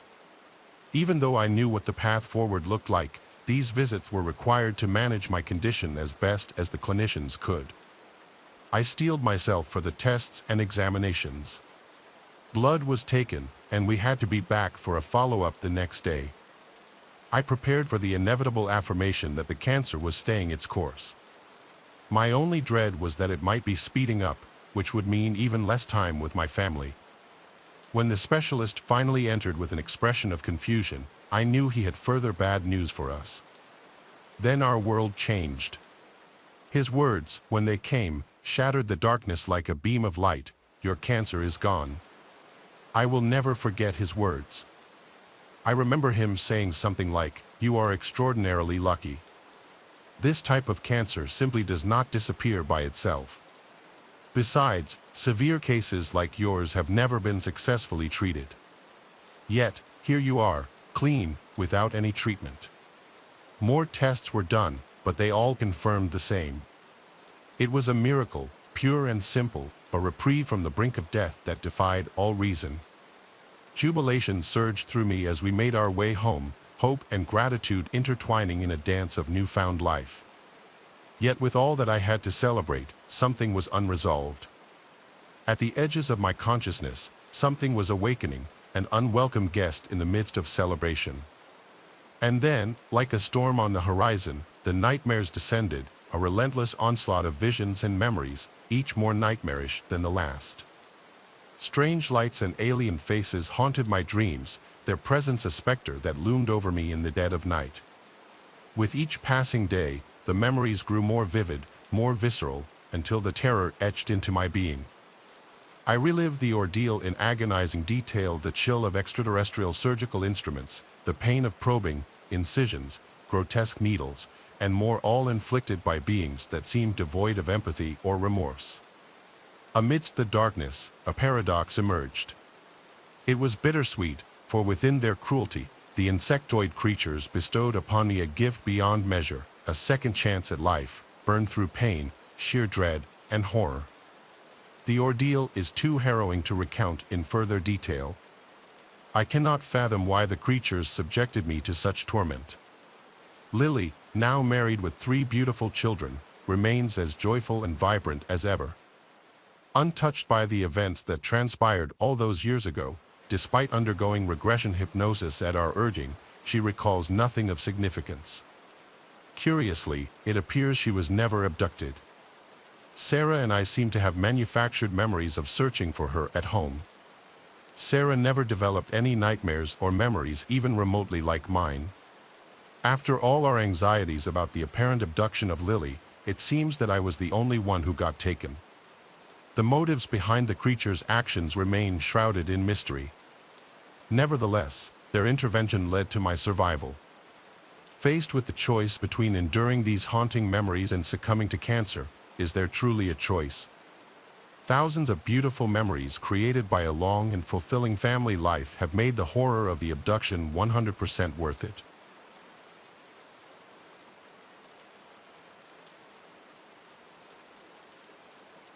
My island on June 28, 1947, Captain Tony, who worked as a harbor patrolman officer in Ireland, was on patrol with his 2 rookies, his son, and his dog. However, this was no ordinary day at sea. When Tony gazed up into the sky from his patrol boat, he saw 6 aircraft floating around 1,500 feet above his watercraft. The objects were reported by Tony and his crew to be made of a reflective material and were shaped like flat donuts, about 100 feet in diameter. The center holes located on each craft were noted to be about 25 feet in diameter, and more circular objects were located along the sides of the aircraft, which Tony and his crew determined to be observation windows. Soon, Tony and his fellow crewmen noticed that 5 of the UFOs circled over the 6th, and the 6th itself was lowering towards the patrol boat. This caused immense panic among the crew because they all thought that the aircraft was going to collide with their patrol boat. Not wanting to be sent to a watery grave, the crew hightailed it toward the shore. Upon reaching the shore, Tony retrieved his binoculars to spot the bizarre aircraft from the shore. He also grabbed his camera to take photos as evidence of the strange aircraft. While taking the pictures, the lower craft stayed in a still position while the 5 others circled around it for about 5 minutes. Then, the lower aircraft suddenly dropped down but stopped abruptly at about 500 feet above the water. One of the 5 ships circling around the lower ship came down to meet it. The 2 crafts stayed in this position for several minutes until Tony thought he heard a thump. Instantaneously, more thumps followed, and Tony, using his binoculars, saw that the middle aircraft was dropping what Tony suspected to be newspapers from the inside of its center hole as it swiftly approached his watercraft. When the aircraft got close enough, it was discovered that the objects weren't newspapers but instead white, lightweight metals and black, lava-like rocks. Tony even stated that when the lava-like rocks landed in the sea, it caused the water to steam. With these dangerous pieces of debris falling ever closer to their boat, the crew sought cover below deck. However, not before one of the materials struck Tony's dog, killing it in the process, and another one wounded his son in the arm. Tony even tried to radio for assistance, but the transmitter wasn't functioning. Even though his radio was out of action and no help was on the way, most of the debris splashed into the water. Soon after the raining of metals and rocks, the airships rose up high into the sky and zoomed westward together. The crew then exited the lower deck and examined the boat for any damage. Luckily for the crew, the boat was hardly damaged, and they set sail back to their dock, lowering the dog over the side and into the water in the form of a burial at sea. Upon docking, Tony took his son to the hospital so that his wounds could be treated and afterwards explained the incident to his boss, Mark, who didn't believe Tony. When the photos Tony took of his patrol were printed and examined, the strange airships Tony had informed him of and showed him in the now-developed photos were compared and believed to be film noise and damage caused by radiation. Not wanting to shy away from proving the incident's authenticity, Tony returned to island to collect rock samples in hopes of finding the ones dropped from the middle aircraft that he had encountered during the incident. Tony reported that while he did this, he spotted one of the aircraft hovering above him as if it were spying on him. He eventually gathered the rocks and was preparing to show them to his boss the next day. But when that day came, he was visited by a small, pale man in a black suit. The man suggested that the pair of them should get breakfast together, to which Tony agreed.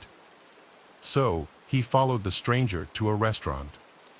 While they ate breakfast together, the strange man asked no questions but instead gave a descriptive account about what Tony had witnessed the previous day and eventually warned Tony that bad things would happen not only to him but to his entire family. Men then acknowledged that Tony had been telling the truth. So, the pair of them sent a package to publisher Ray Palmer in Chicago, who later founded Fate magazine. The contents inside the package were the metal fragments and statements about the strange incidents and findings on the 21st and 22nd of June, a noteworthy incident that we continue to discuss and debate amongst ourselves to this day. Yet not even a month later would another incident occur that is possibly the most well-known and talked about alien encounter in history, Roswell. On July 8, 1947, in the small town of Roswell, New Mexico, there were reports of a flying disc that crashed into the desert not far from the Walker Air Base. This made front headlines around the world.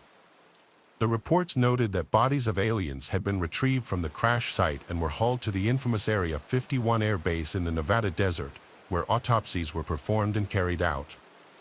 Shortly afterwards, a press release by high military authorities stated that rumors of a flying saucer had become something of a reality and that an intelligence officer at the Roswell Army Airfield was fortunate enough to gain and hold possession of one of the saucers. This statement sent newspaper reports of the incident around the world insane, and news headlines of this Roswell flying saucer were everywhere.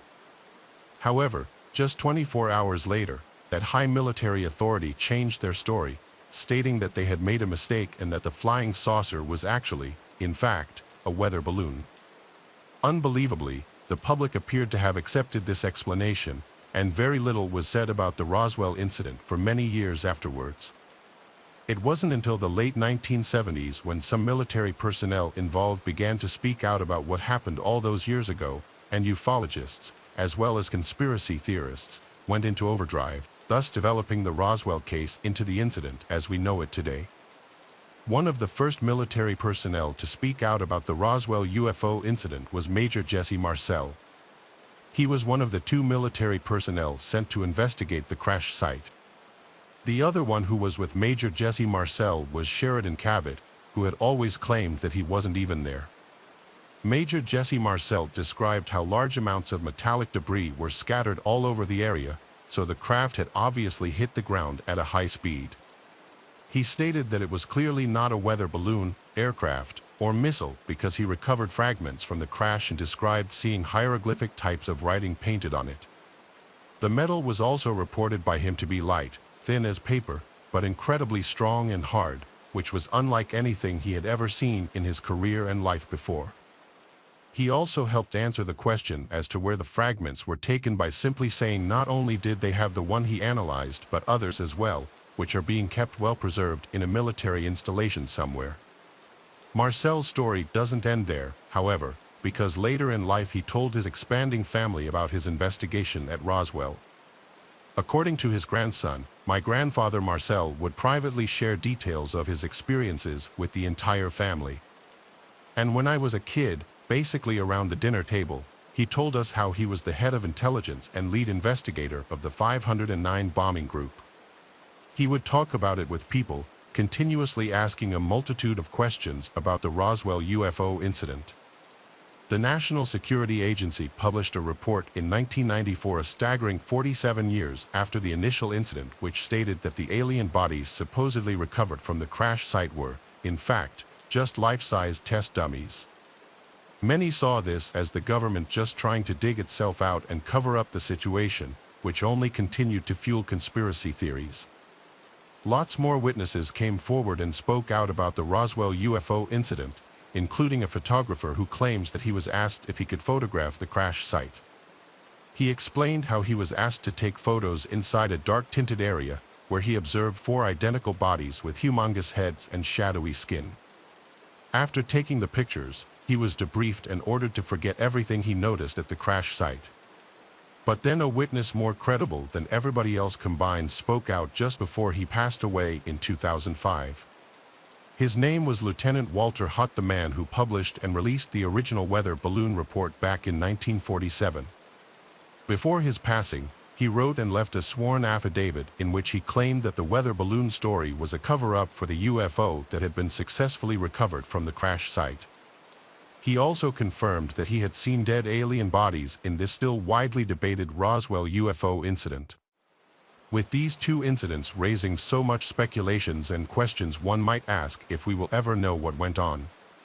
However, as the years fly by and as the people who were involved or witnessed these incidents pass away, we are really only drifting further away from the inevitable answer. So until the government sheds light on this mystery or the next incident does that for us, we can only continuously marvel at the fact that these 2 instances combined have been not only the gateway to extraterrestrial debates as we know them today, but also might just be the biggest government cover-ups in history regarding human contact with alien and otherworldly beings. Though these 2 events are the most widely renowned encounters with extraterrestrials, thousands of encounters have been reported throughout the world to the present day. I never told anyone this story because I never thought they would believe me. I was home alone one evening and had gone to sleep for the night. I lived with my significant other and 2 indoor cats, but she was out of state traveling for business.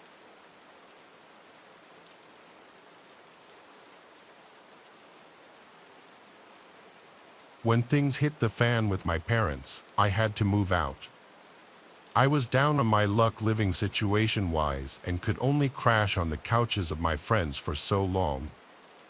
I was looking on all the roommate and apartment apps and websites, and I found something that caught my eye on this app. A man named Owen had listed a room for rent in his 3-bedroom, 1-story house. The rent price was $1,300 a month. He'd basically be my landlord and roommate, as he would also be living in the house. He made sure to note on the ad that he'd be out of the house most of the time and that the renter would have the place to themselves often.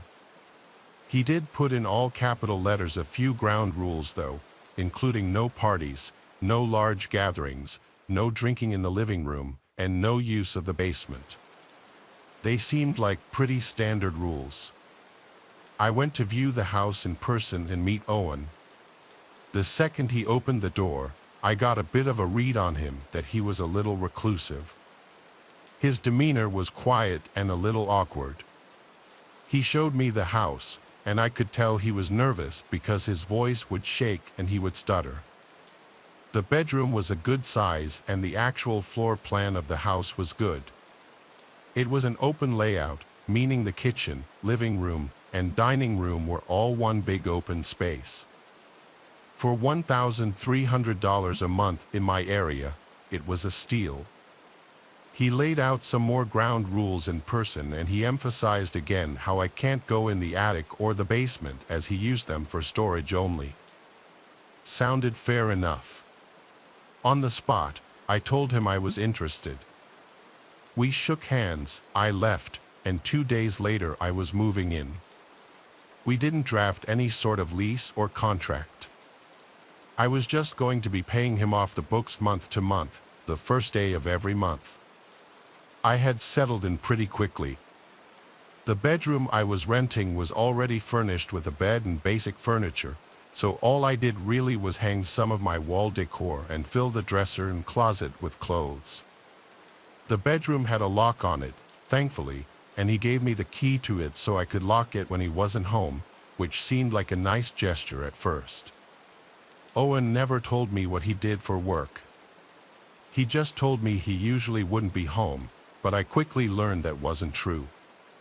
Anytime I'd come home from work, his car was always in the driveway.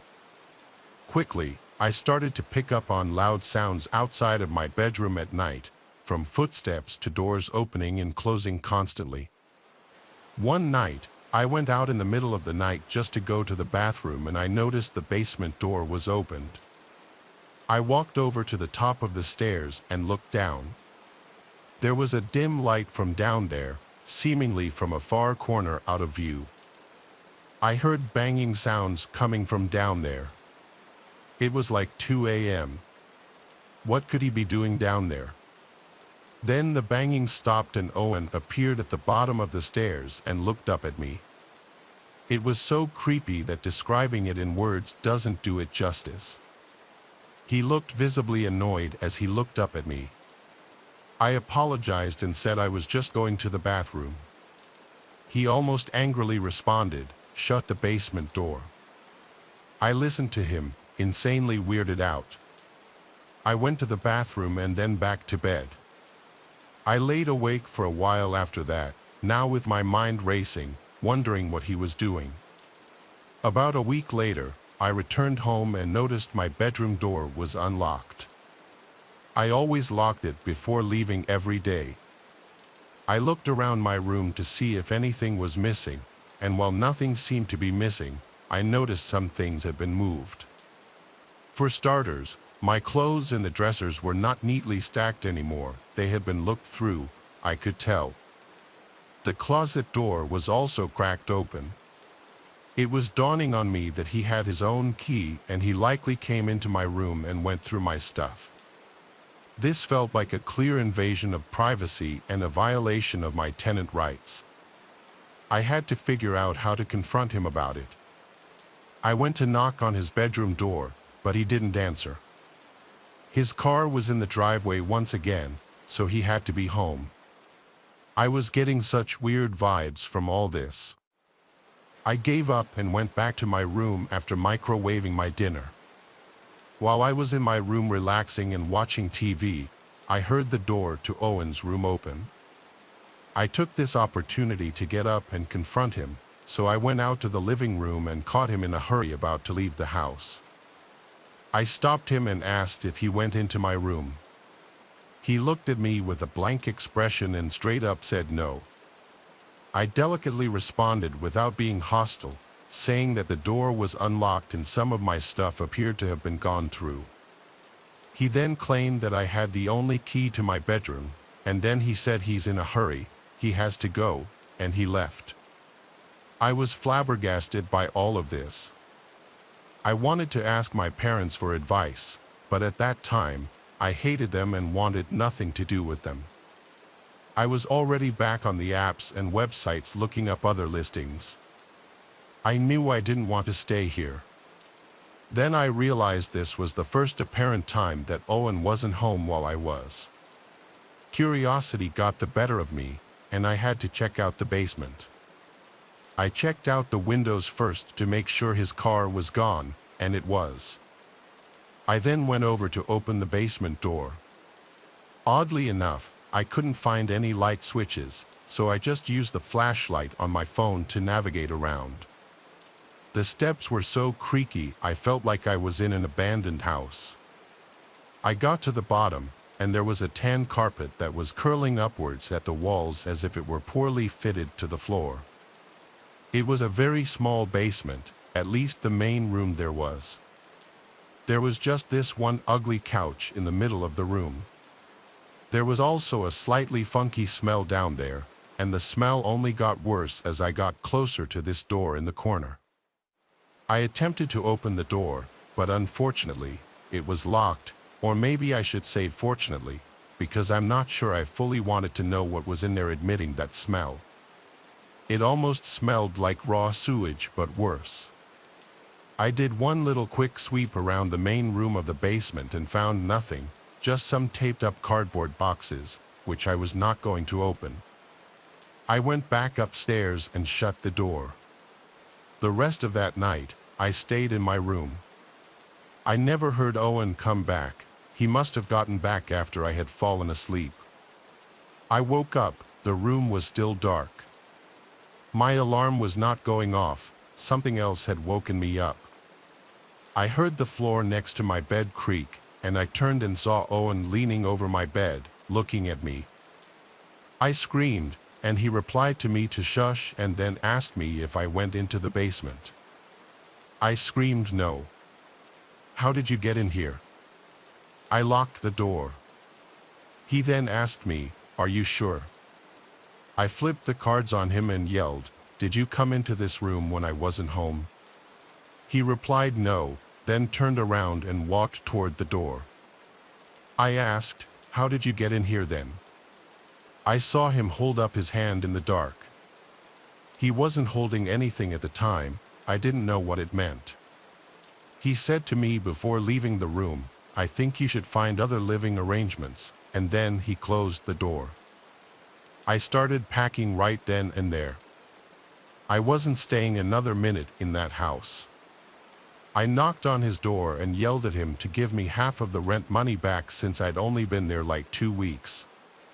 Moments later, he opened the door, and just his arms stuck out from the door holding a small stack of $100 bills.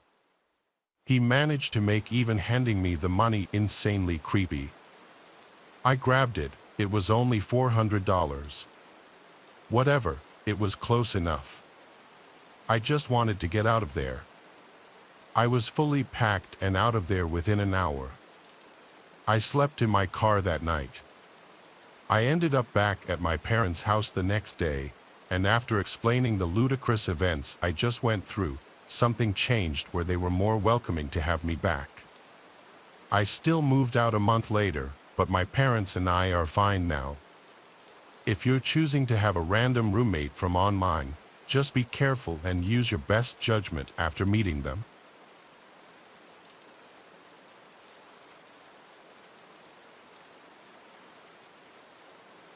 When I was 25, I had to move out of state for work.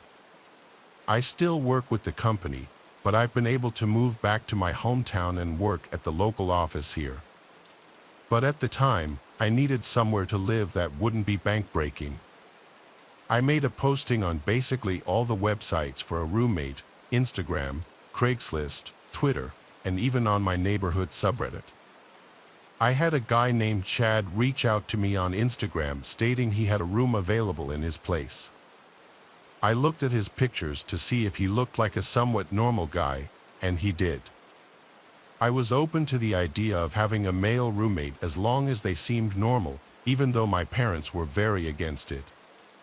Chad and I FaceTimed, during which he gave me a virtual tour of the place. Apparently, he owned the place outright. It was a modest house in the middle of town, only a 15-minute drive from where my office would be. He also seemed pretty nice. I didn't get any bad vibes at all. His price was fair, and his rules were pretty fair too. He said it was available to move in right away, which was perfect. So it was settled. A week later, I had all my things packed and drove down. I met Chad right out front of the house where he greeted me and handed me a key. The first thing I noticed about him was that he was really short, eye level with me. He helped me bring some of the bigger and heavier bags inside. He showed me my room, which was already furnished. He said one of his friends had been living there and recently moved out. I replaced all the pillows and bed sheets with my own, of course. The rest of that day was spent settling in. Chad, I could see, was trying to get to know me and presumably make me feel at home. I didn't get any overly friendly vibes yet. The next day was Sunday. Chad offered to drive me around town to show me around. I wasn't eager to, but I said sure just to get off on a good start with him. He drove us around town, showing me where the good shopping centers and restaurants were. But then he offered to get us lunch. I really wasn't hungry, and he was suggesting a sit-down lunch, almost like a date. I didn't want him to get any kind of wrong idea. I just needed a room. I said I wasn't hungry, and then he right away suggested we go grab drinks somewhere instead. I politely shot it down too, saying I don't drink on work nights. He was being a bit pushy, saying, "Come on, just a couple drinks." I still maintained my politeness and said another time. He gave up and went really quiet all of a sudden, like he was upset. I'll admit, I was slightly uncomfortable, but nothing I couldn't handle yet. That week was my first week at work, so my attention was focused mostly on adjusting to the work week. It wasn't until a few days into the week that I got home, did my laundry, and noticed my hamper full of clothes seemed moved, like the clothes weren't how I remembered they were left. And it wasn't until I was loading the washing machine that I noticed a pair of my underwear was missing. I checked my room top to bottom like 5 times. It was gone. I had a disturbing thought. What if Chad? No, I refused to believe that just yet, and there was no chance in hell I would confront him and ask him that. Still, I was now starting to wish there was a lock on the bedroom door. That weekend, I bought a lockable doorknob from Ace Hardware, and while Chad wasn't home, I swapped out the current doorknob with the new one. Now I could leave the place in peace. I figured I'd tell Chad the next time I saw him. He didn't come home that night, though. He must have been working. His schedule seemed pretty random. That night, I awoke to banging on my bedroom door. It was Chad. He was saying my name, and he didn't sound happy. I checked the time, and it was like 1:30 in the morning. I decided I would pretend I was asleep. I was honestly kind of scared to open the door. I had a feeling it had to do with the doorknob, and I was right. The next morning, I woke up to a bunch of texts from Chad saying, "We need to talk. Be home after work." I simply responded, "Is this about the doorknob?" And he responded back, "Yes." I apologized to him and said I was planning on telling him. He replied back, "It comes off today." I was getting incredibly nasty and weird vibes from his tone. My next response I thought out a little longer and basically said how I hoped he could sympathize and understand that I'm a girl and I just feel safer being able to have privacy in my room. He responded a little nicer this time, but he still basically said no to my request and that the old doorknob needs to go back on. I was confused and upset, but I had to respect his rules. I did also install it without telling him, so I felt like he had a right to be kind of mad. But how did he know I changed it? It's not like I had the old doorknob sitting out in the open. The idea that he tried coming into my room that night kind of scared me. I changed the doorknob back the next day and returned to Ace. This is where things went really downhill, though. There was a knock at the door one day when Chad wasn't home. It was a girl around my age. She asked me if I was living here with Chad, and I said yes. She warned me to get out of there immediately, that Chad has multiple restraining orders against him from different girls and he's known to be a very dangerous, creepy stalker. I was at a loss for words. I asked her how she knew I was here. She said she knew that he was trying to rent his room and that it's not surprising he opted to have a girl move in. She said she saw me moving in and wanted to wait till he wasn't home to come warn me. I thanked her so much. I truly was terrified now. I had already paid Chad for the entire month, and I didn't know what to do. She said she would help me in any way she could. I took her number, and she left. I started packing my things and looking for other places I could move to. I found something across town, a studio apartment sublet for a little more money. I contacted the poster of the ad, and she told me I could move in as soon as possible. Perfect. Now I just needed to tell Chad and get my money back.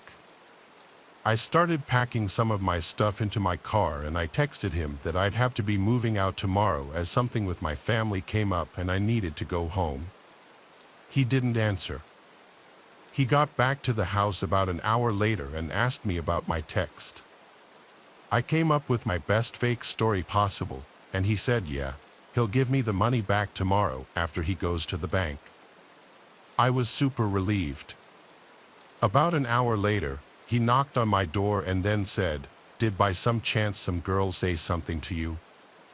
I simply said, "No, what do you mean?" And he said, "Never mind. It just seems like you're running away out of here for another reason." I insisted that it was purely because of the family reasons. He said okay and left. Sadly, the story didn't end there. I woke up that night and screamed at the top of my lungs when I saw a black figure sitting on the end of the bed. It was Chad. He turned and put his hand on my mouth and went, "Shoo." I said, "Please don't hurt me," and he responded, "Why would I hurt you? I knew someone said something to you. Don't believe what these girls say." I said, "You're scaring me, and this part is still just as insane to me as it was in that moment." He started to caress my leg and he said, "I don't mean to scare you," right after I said he was scaring me. I got out of the bed and ran for the door, and he screamed at me to stop. I ran outside with my phone in hand and called the police. I hid in the bush until they showed up and I explained the entire situation to them. They made Chad come outside and give his side of the story. Basically, I told them I just want to get all my stuff out of the room and I'm leaving. So the cops stayed there as I collected the remainder of my stuff and brought it all to my car. I also insisted on Chad then owing me the money back while the police were there, and he did so. Actually, the whole time the police were there he tried his best to act like some normal dude. I could tell one of the officers then pulled me to the side to tell me that this guy had been arrested before for other incidents with women, but Chad denied ever coming in my room or touching me or anything, so it was all he said, she said. I left the house and went straight to a hotel for the night. The next day I moved into the studio apartment. Luckily, the girl who posted it was able to facilitate my quick move-in. I have never, and will never, live with another man who's not my boyfriend or husband ever again, or just anyone I don't know for that matter.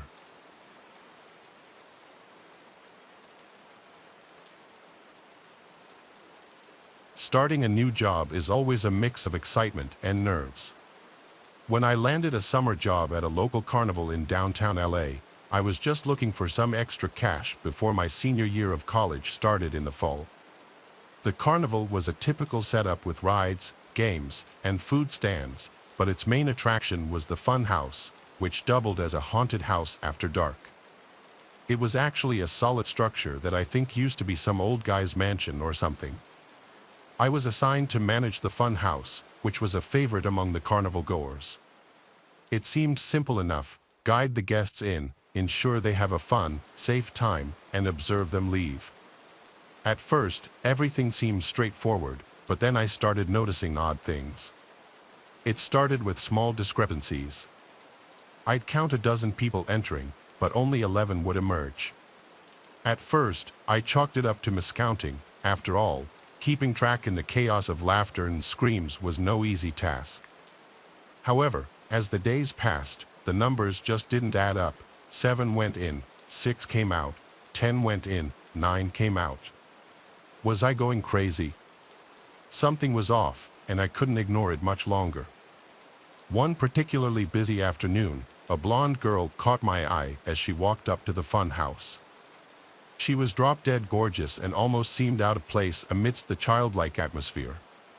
She couldn't have been more than a few years older than me. I genuinely had to do a double take. I'm not a weird guy by any means, but I couldn't help but lock eyes with her for a few seconds. She smiled, handed me her ticket, and I directed her into the attraction. After she disappeared into the darkness, I went back to my duties. Time ticked by, and I watched attentively as people entered and exited, sometimes asking me questions and whatnot. Admittedly, I was paying a little more attention to the guests that night, as I wanted to see that girl as she left and maybe work up the courage to talk to her. Pretty soon, I started picking up on the fact that groups of people who had entered after her were beginning to emerge. A few more minutes passed, and I started getting worried. She should have been out by now. Compelled by genuine concern, I decided to abandon my post for a few minutes and go looking for her. I stepped inside and locked the entrance door. I began investigating, navigating the dimly lit rooms and narrow corridors. I moved through the house until I came across something I had noticed during my initial walkthrough, a barely noticeable seam in the wall. I'm not really sure what I was expecting, but curiosity got the best of me. I pressed against the seam, and I heard a distinct click. I played around with it some more, and my jaw nearly hit the floor when I realized it was a hidden door. It swung open slowly, revealing a pitch-black hallway. I stood there in shock. What in the world was this doing here? I was definitely going to have a long conversation with my boss about this. I walked into the hallway with my phone's flashlight guiding the way. I didn't have much brain power to spend being nervous because I was still so shocked about the whole situation. I got to the end of the passage and found another door. I flung it open, and to my surprise, it was a concealed exit that led back to the carnival grounds. I breathed a sigh of relief as this discovery proved I wasn't going crazy. All those people I had noticed leaving the attraction had probably stumbled across that secret door by accident and assumed it was the correct way to go. As I walked back the way I had come, I couldn't help but feel a little bummed out that I wasn't going to get the chance to talk to that girl. I'm not sure what came over me, but I decided to keep exploring the funhouse instead of returning to my post. I think a part of me just wanted a few extra minutes of this impromptu break I was taking. I walked through a couple more rooms, and that's when I noticed it. On one of the walls was another faint seam identical to the first one I had seen. I again played with it until it clicked and swung open. I could immediately tell this one was very different. The putrid smell was the first thing I noticed. More concerning, though, was the fact that there was no corridor in this one, but a ladder. A ladder that led downwards. I was more confused than anything. This door was on the ground floor, and I was told specifically that this place didn't have a basement. I debated climbing down, but I just felt awful about the prospect that the girl might be down there. So, against my instincts, I began the descent. The smell only got worse as I climbed down into the darkness. I was expecting to find a basement, but what I found instead was far, far worse.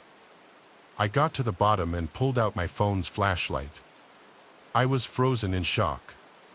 I was literally standing in a tunnel that extended into the darkness. There was literally no way that this was part of the house above. The rational part of my brain screamed to turn back, to forget about it, but the mystery was too compelling. I ventured further, being careful not to make any noise. The walls were damp, and the tunnel was completely silent.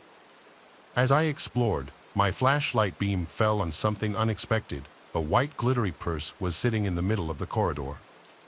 I picked it up, turning it over in my hands. It looked familiar, and then it hit me. It was that girl's purse. I was sure of it. I started to panic.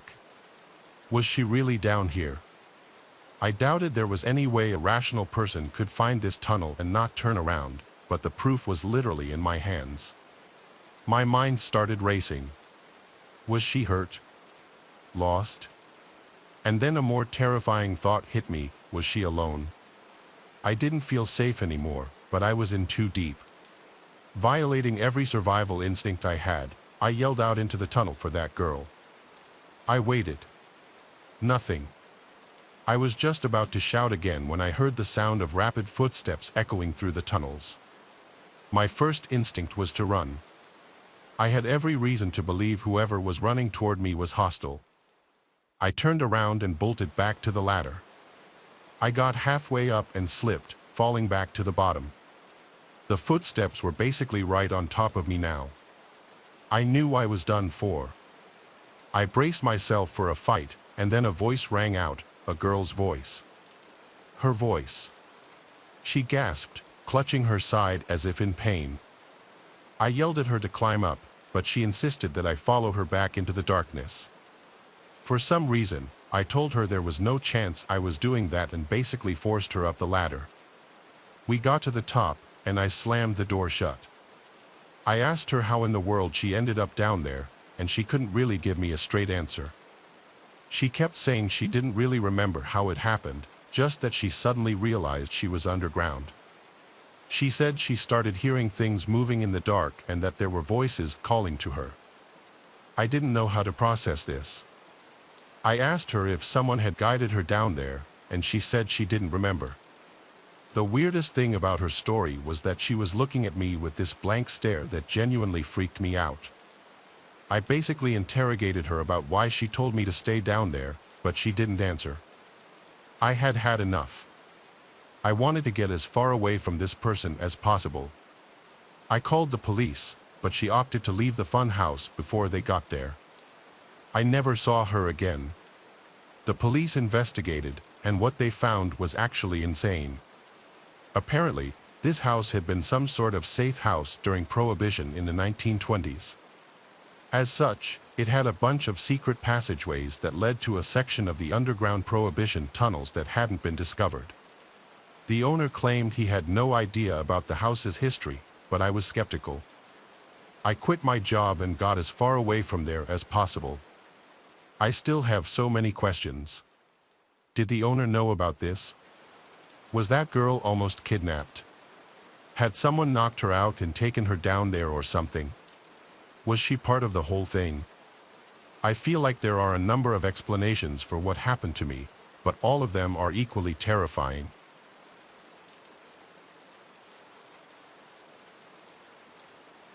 Ever since I was a kid, I loved carnivals.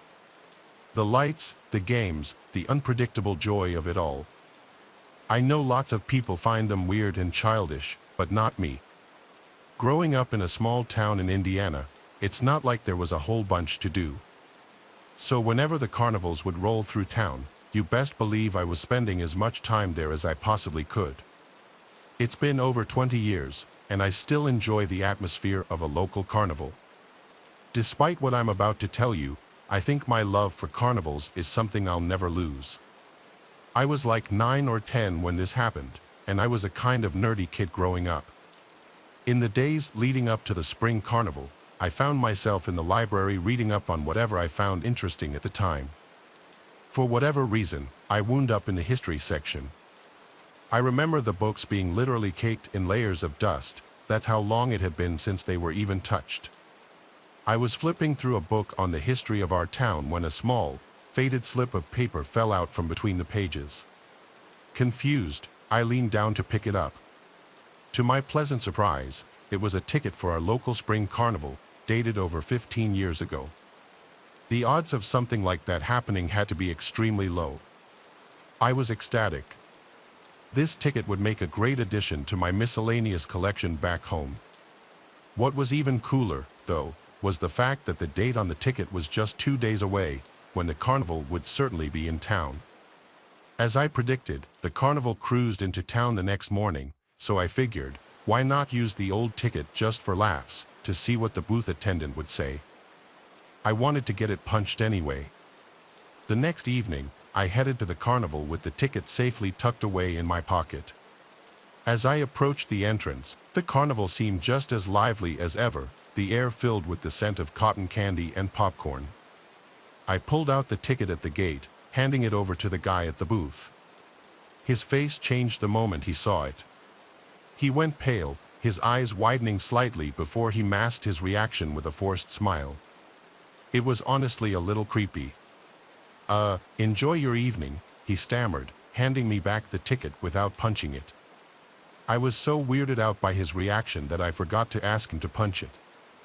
I shrugged it off, though, thinking maybe he was just new and confused about the old design of the ticket. I wandered around, played some games, and enjoyed a funnel cake. The night was perfect, but I couldn't shake the feeling that something was off. I felt eyes on me, observing. Maybe it was just paranoia. I tried to ignore it at first, but I kept noticing the carnival employees giving me weird looks. After a while, I got fed up and decided to ask one of the older game operators about it. I found a kindly-looking elderly man running the ring toss booth. I showed him the ticket, and unlike the booth guy, he didn't even try to hide his shock. He glanced around nervously before leaning closer. "Young man, where did you get this?" he asked. After telling him where I found it, I started feeling uneasy about the whole situation. Maybe I should have just kept the ticket at home. "You found something you weren't meant to find," the old man started, his voice dropping to a whisper. "This ticket, it's part of a story that the folks around here don't talk about much. About 15 years ago, something terrible happened during the carnival right here in this town." He paused as if weighing whether to continue. "There was a young worker, name of Win, nice kid, everybody liked him. He was responsible for one of the rides. I can't remember which. One night, he just disappeared, vanished without a trace. The police found his wallet, but there was nothing in it except a ticket that looked an awful lot like this one," he said, gesturing towards my hands. The atmosphere around us seemed to drop a few degrees. He continued, "They searched everywhere, even drained the local pond, but no sign of him. After that, strange things started happening every time the carnival stopped here, accidents, things going missing, odd sightings. People said it was when trying to come back, or something worse that took him. I could feel a chill running down my spine, but a part of me was skeptical." "And you believe that?" I asked. The old man shrugged. "I've seen enough to keep an open mind. But the point is, the ticket you found might stir things up. It's best you get rid of it. Leave it here." He then motioned for me to give it to him, but I was reluctant. I looked down at it, reading it over again as if there was some kind of secret I was missing. How could a ticket be the cause of all that? I questioned, still not fully buying it. The look in his eye got darker, his tone switched almost as if he were angry. "Give it here," he told me, almost in a growl. I considered it but concluded that some stupid story wasn't worth giving up such a cool souvenir. I told him no, and he actually sprung up with a quickness that startled me. He reached for the ticket, his fingers grazing my hand. I jerked back instinctively, clutching the ticket tighter. The old man's expression morphed into something desperate, almost predatory. "You don't understand," he hissed, his eyes darting around as if expecting something or someone to emerge from the shadows. I backed away towards the tense exit, my heart pounding. "I think I should go," I stammered, turning to lose myself in the crowd. Behind me, I could hear his calls, a mix of pleading and warning. I didn't care what he was saying, though. I let the bustling crowd around me drown his voice out. My mind was racing, not even about the ticket, but more so his aggressive reaction. The joy of the carnival had been spoiled. I left earlier than planned, the ticket burning a hole in my pocket. Over the next few days, my luck seemed to turn sharply. I missed catching the school bus, scraped my knee pretty bad in a bike accident, and worst of all, my best friend accused me of stealing his favorite baseball card, something I would never do. Things got worse than that, though. I remember coming home one night to my mother in tears after losing her job. My brother broke his leg skateboarding the next week, and our beloved family pet, Bean, also passed away a few days after that. It was like a dark cloud had settled over me since that night at the carnival. I couldn't help but remember the old man's warning about the ticket stirring things up. It seemed ridiculous, but then again, so was the string of bad luck that followed me. My dad laughed when I told him about my theory. He told me that there was no such thing as ghosts and that I shouldn't be so superstitious. One rainy afternoon after school, after a particularly tough day where I had forgotten my lunch and had to go hungry, I pulled the ticket out. I stared at it, this small piece of paper that had brought nothing but trouble. Feeling a mix of anger and fear, I decided I had had enough. I grabbed my raincoat and boots and trudged out to the creek that ran behind our house. My heart felt like it was pounding out of my chest as the rain soaked through my hair. Standing at the creek's edge, I took one last look at the ticket before tearing it into tiny pieces and watching them get swept up by the current. It's just a piece of paper, I thought. Things started to look up after that. My friend found his baseball card and apologized to me, and we became friends again. I didn't miss the bus a single time that school year. My mom got a better job in the next couple of days. Whether it was all a coincidence or that ticket really was cursed, I couldn't say, but one thing was for sure, I learned to be more careful about what I picked up and brought home. I don't believe in the supernatural, even after all this stuff happened to me.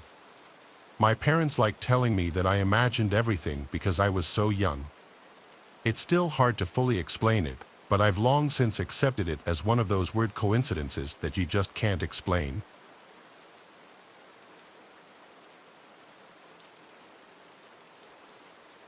I went to summer camp a few times when I was a Boy Scout.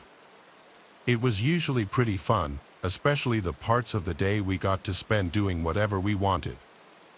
Nobody was actually invested in earning numeric badges unless it was for something cool, like wakeboarding. All we really cared about was messing around in the woods and swimming in the springs to beat the heat. It was a nice time just to be away from home and our parents for a week. The only thing a Boy Scout was missing was a girl to gallivant with. In the beginning, I thought I would go to summer camp every year if I could. However, things took a turn when I was 13 years old. After this trip, I left my troop and never went camping again. It was on the 4th day of summer camp, right in the middle of everything as far as responsibilities were concerned. It was a light day for me and my friends, 4 of us in all. We ran around the main common area of the campgrounds, used our allowances to buy ourselves each a souvenir knife at the general store, drank some yoo-hoos, and threw some tomahawks with the weapons guy between his classes. Eventually, 2 of us decided that we were getting tired and sweaty and just wanted to sit around in our tents until dinner time. But my closer friend Enoch and I wanted to keep it going. There was a network of trails that snaked all around the various campsites. We'd already taken the trail to the springs, so Enoch and I wanted to do a little more exploration. There were just the 2 of us, so we both had canteens full of water and snacks in our pockets, along with knives and cordage, a map, a compass, and I had a small first aid kit. We thought we were prepared for whatever we would run into out there. We didn't plan on going far either since we had to be back in a little under 3 hours for dinner. We set out from our troop's campsite with plenty of daylight left and made our way into a mosquito-infested area of woods. The canopy shaded us pretty well, and the air was humid and stifling. We wanted to see what it was like out there, but all we discovered was that the trees were a bit taller. It wasn't long before we started to make conversation over the sound of afternoon bugs, the sort of bonding you would expect to occur between 2 13-year-olds in the woods.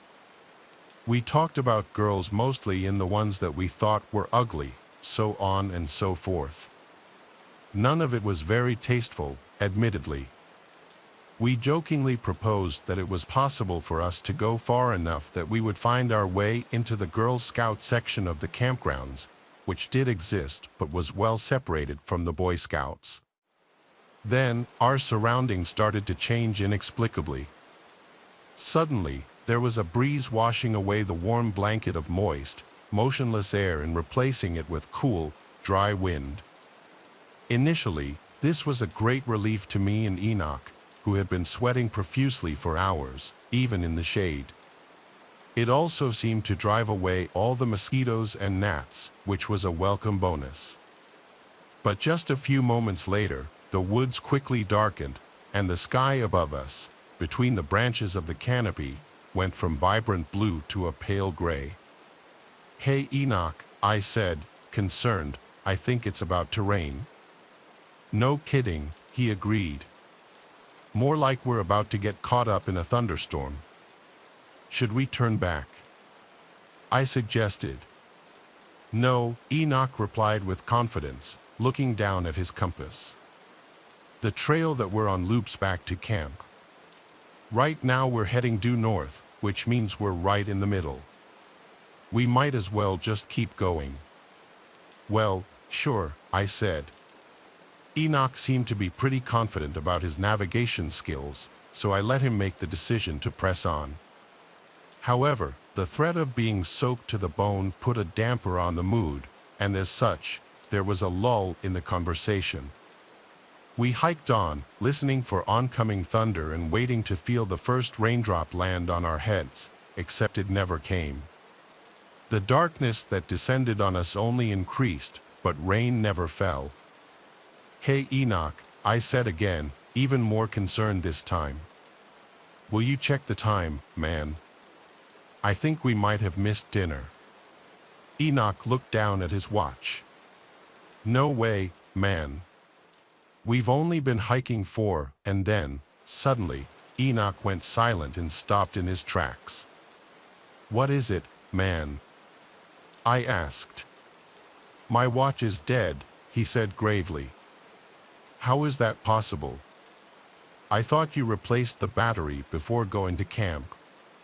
Enoch silenced me and started looking all around. "You hear that?" he whispered.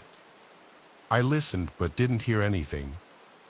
Actually, I heard so much of nothing that it struck fear into my heart. It was totally silent, not a sound in the woods all around us. It was an unnatural quiet, devoid of any cicadas or even flies. For a minute, I peered deeper and deeper into the woods with my ears and heard only silence. Until finally, I heard singing, angelic singing, but it was so soft and quiet that it was almost inaudible but unmistakably the voice of a beautiful woman. Just by the way Enoch looked at me in that moment, wide-eyed and grinning, I knew he heard it too. "Oh, it's the Girl Scouts," he exclaimed. Before I could even respond, he bolted into the woods to go after the sounds. "Wait, Enoch, stop," I started to go with him, but by the time I had taken 10 steps off the trail, I realized I couldn't see well enough to go any farther. It was like the sky had fallen, darkness, like the dead of midnight, had snuffed out the light of day in merely a moment. A deep sense of dread filled my body, telling me to turn back. I backtracked the 10 steps I had taken without even turning around until I felt the flatness of the trail beneath my shoe again. At this point, all I could hear was my own breathing and heartbeat, and the singing, whoever was in the woods, growing louder and drawing near. But something was wrong. The sound no longer came from a single direction. Somehow, it was circling all around me, closing in on me. It was too loud to bear, and I felt like it was putting physical pressure on my body. I tried to cover my ears, but it was just useless. It all became a single, piercing cry. Finally, I heard a scream, a boy's scream. It cut through the cacophony and returned my surroundings to total silence, except for the echo of someone's cry for help. "Enoch," I called into the woods. "Come back," there was no reply. A moment later, I heard a twig snap on the trail from the direction we'd just come from. I hoped to see Enoch, but I didn't. Instead, there was an inhumane figure at the nearest bend in the trail, the shape of a tall woman, but composed of no flesh or bone whatsoever, only ominous light. As I gazed upon whatever spirit this was, it suddenly raced toward me. What I did next was pure instinct. I abandoned Enoch and ran blindly down the trail as quickly as my body could take me. I didn't stop until I spilled out into the campsite again, collapsing to the ground. When I looked up, I saw that everything was different. The sun was shining, the woods were alive with birds and bugs, and all of my friends were coming to see what was wrong with me, why I was so upset and panicky. I couldn't speak a word for hours. When I could finally tell the scoutmasters what happened, they didn't believe me. They sent a search party for Enoch, but they couldn't find a single trace of him. Even the police were never able to locate him, he simply vanished. Suspicion eventually turned to me because the story I told was so unbelievable. So, to avoid being put in an asylum, I ended up changing my official statement to losing track of him when we both went to take a piss at separate trees. I turned my back for just a minute, and then he was gone. In my worry and panic, I thought I saw something that wasn't there. But it's all lies because I know what happened.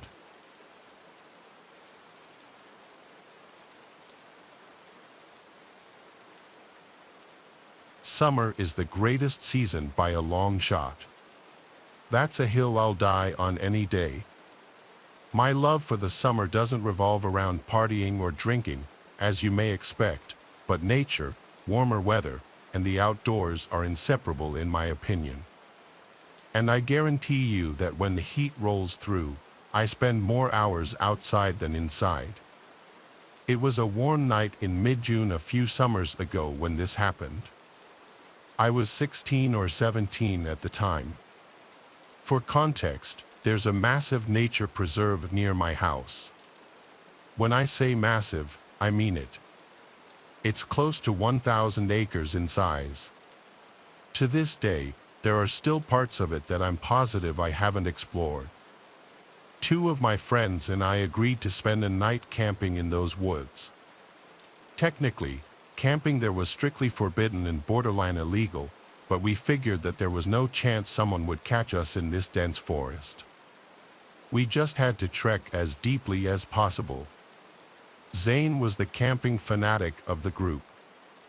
I'm telling you, this kid loved cosplaying as a Boy Scout and probably knew close to 100 different knots.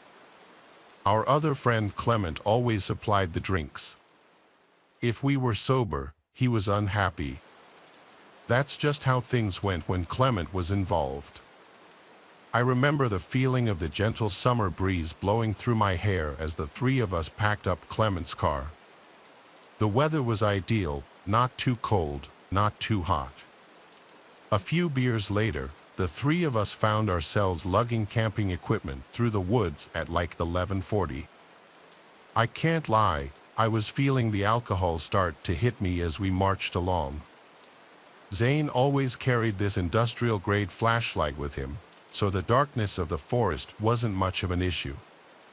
As much as I enjoyed the outdoors, though, traversing through thick woods at this hour was a bit creepy, even with Zane's flashlight on hand. After close to half an hour of straight walking, the 3 of us found ourselves in a small flat clearing that was an ideal spot to set up camp. We pitched our tent as per Zane's instruction and set our chairs up. The fire was the next step. Zane once again took the lead on this, and after a few more minutes, we had a pretty decent fire going. Clement reached into his bag and tossed me another drink. He then grabbed his JBL speaker and started playing some music. The vibe was perfect, and we must have been talking and drinking for a good 2 hours. We were all pretty drunk at that point, and I could tell the other guys were just about ready to pack it up for the night. Clement turned the music down and started collecting discarded beer cans. Just then, a deafening whistle pierced the silence. I nearly jumped out of my seat, going from drunken haze to high alert in a matter of seconds. I don't know how to describe it. The whistle was abnormally loud but still sounded distant. Clement quickly shut the speaker off, and the 3 of us sat in silence as we exchanged concerned looks. I could feel my heartbeat pounding through my chest. We sat there frozen in place for what seemed like forever, listening intently to our surroundings, but there was nothing. It almost seemed quieter now than it had when we first got there, like eerily quiet. Not even the normal wood sounds you come to anticipate. I used that time to replay my memory of the whistle back in my head. It definitely wasn't an animal's noise. The best way I can describe it is a standard whistle you would hear at a ballpark. Zane finally broke the silence, quietly urging us to pack up and leave. Clement and I disagreed with that plan, though. We might risk encountering whoever made the noise, which I was beyond terrified of. It was past 3 a.m. at this point, and an encounter this late would only mean trouble. Zane hypothesized that whoever made that noise was probably aware of our presence, which was a chilling thought. I didn't know what to do. On one hand, staying put violated every survival instinct I had. Packing up and leaving at this hour didn't seem like a much better option either, though. We finally agreed to wait it out. I went to put the fire out, but Zane cautioned me against it, saying that a fire would repel any dangerous animals. Only then did the true gravity of the situation smack me in the face. We were literally miles away from any civilization. It was 3 a.m., and there was an unknown entity somewhere in the darkness. Another 10 minutes or so passed, and we had resumed talking, but at a much lower volume and with no music. I don't think any of us felt safe going to sleep just yet. Then, out of the corner of my eye, I saw it. Something small flew over the darkness of Clement's shoulder and landed directly in the fire. It was a firecracker. I screamed bloody murder as it started sparkling in the fire, and Zane cursed as he sprung up out of his chair and bolted into the darkness. Clement and I scrambled to follow, leaving all of our stuff behind. We caught up with Zane, whose flashlight was beaming wildly through the woods as he frantically sprinted. We ran until we couldn't anymore, and Clement keeled over and threw up. Zane shut the light off, and the three of us stood there panting, trying to figure out if we were being followed. To my surprise, it didn't seem like anyone followed us. I don't think I've ever been so afraid. Why in the world would someone have done that? We needed to figure out what to do. Clement wanted to just find our way out of the woods and never come back, but Zane was reluctant to leave all of his camping gear behind. Plus, he reminded us the fire was still active. I was dumbfounded. How could he be concerned with forest fires after what had just happened? Eventually, I agreed with Zane that we should at least check on the site. After all, no one had actually chased us, so there was a slight possibility that whoever threw that firecracker was just playing a cruel prank. Zane was a navigational expert and was actually able to retrace our footsteps. I could make out the glow of the fire as we quietly approached. Before I could get any closer, though, Clement put a hand in front of me and pointed with a horrified look on his face. I strained my eyes to make out the sight in the distance. What I saw is probably the most terrifying thing I'd ever laid eyes on. There were 3 people sitting motionlessly in our chairs like statues. The one whose face I could see looked lifeless, and his mouth was open. I was afraid to move. What were they even doing? I thought, realizing that they weren't even talking. This was not normal. The 3 of us watched for a little while longer before deciding to back off. We turned to leave, but Clement's foot clipped a rock, causing him to curse in frustration. Within seconds, the glow from the fire abruptly went dark, as if it had been covered with a cloak.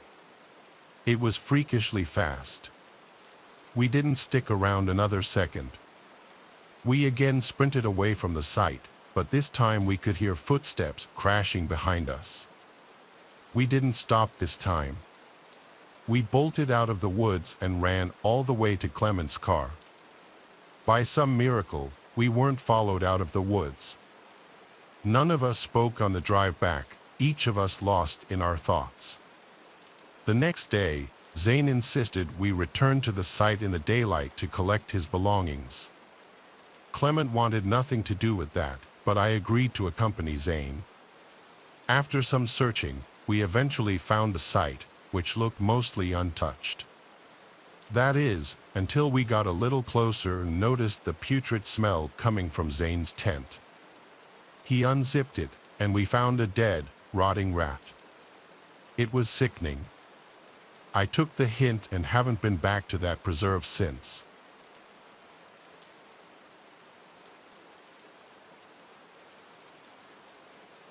This happened to me last summer when I was 23. I wasn't a very outgoing kid at the time. If I ever did anything social, it was because my degenerate friends had somehow dragged me out of the house. This was one of those times, well, it was supposed to be. My friend Ralph invited me to a house party at like 8 p.m. It was pretty spontaneous, but I had nothing going on, so I reluctantly agreed to go with him. I knew he was going to give me crap if I refused. I can't even lie, though, the idea of a party, even with strangers, sounded more appealing than being alone. Ralph was a few towns over from me, so it made more sense for us to drive separately instead of going together. He gave me the address, and I was on my way. The literal second I pulled onto the street, Ralph bailed at the last minute. Rightfully so, I was super frustrated. How could he bail on me like this?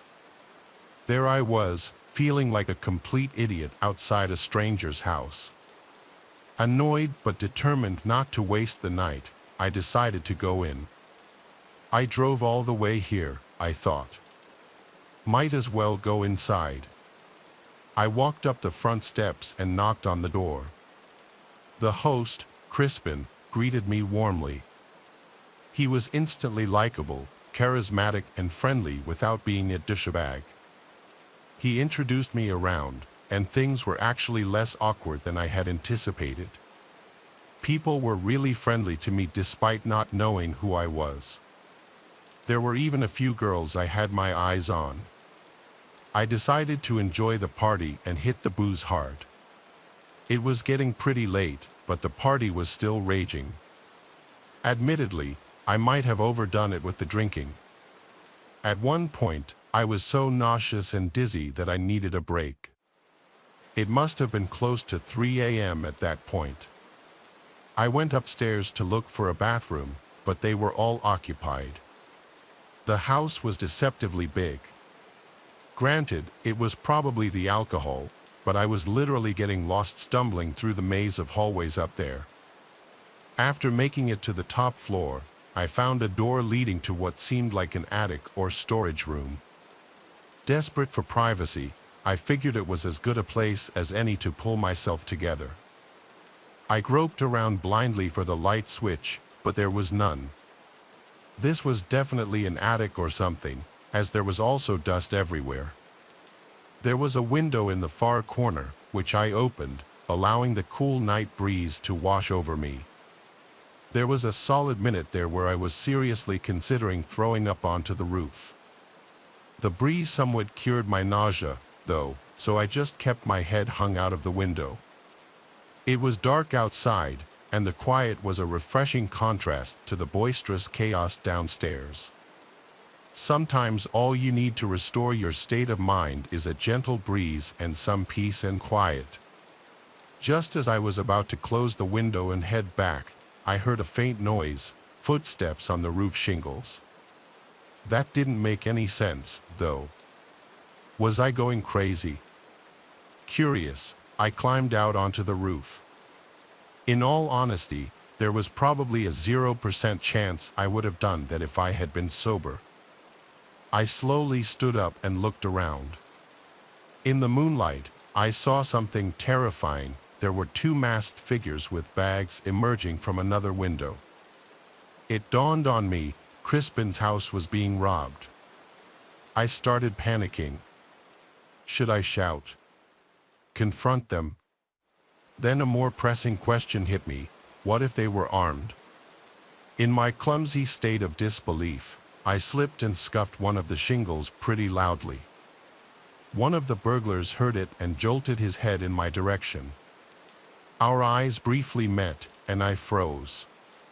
He nudged his partner, and the two of them quickly started making their way across the roof. Adrenaline surged through me. I couldn't let them get away. Crispin had been so welcoming, and I felt a surge of loyalty. I decided to act. I quietly followed the burglars across the roof, keeping a safe distance. They headed towards a sloping part of the roof for an easier escape. As they climbed down, I pulled out my phone to dial 911 but fumbled in my drunken state, dropping it. The phone clattered loudly, and the burglar turned sharply. "Who's there?" one of them hissed. Heart pounding, I ducked and scanned my surroundings, spotting a loose roof shingle. Without thinking, I grabbed it and hurled it towards them. It missed, but the noise startled them, causing one to lose his footing. He tumbled down the roof, crashing into the gutter before falling to the ground. The other burglar, now panicked, leaped to a neighboring tree and scrambled down. I rushed to the edge of the roof and saw the fallen burglar groaning on the ground. I needed to alert everyone. As I turned to head back, I heard sirens. Someone else must have called the cops. I stumbled back into the attic room and made my way downstairs, trying to appear calm. The party was still in full swing, oblivious to the drama outside. I found Crispin laughing and chatting with guests. "Crispin, you need to call the police. There's been a robbery." "I saw the burglar on the roof," I said. Crispin's face turned from amusement to shock. "Are you serious?" he said as he hurried to make the call. I explained what happened. The party mood shifted from celebration to concern. Apparently, one of Crispin's neighbors had coincidentally already called the police to file a noise complaint, which was an incredibly ironic turn of good fortune. When they arrived, I recounted my story, leading them to the injured burglar. The man was arrested, but his partner had fled. The party ended abruptly. People started scattering, and the lights got flipped on. I tried my best to act sober, but even after all that happened, I was still stumbling a bit. Crispin thanked me profusely, still in disbelief. As for me, I was just glad I could help despite the bizarre and terrifying circumstances. Looking back, I still can't really explain why the burglars would have chosen a house having a party to rob, but maybe they had prior knowledge of the house and knew no one would be upstairs. I figured that would be the end of the story, but fast forward a few months, and I've got quite the update.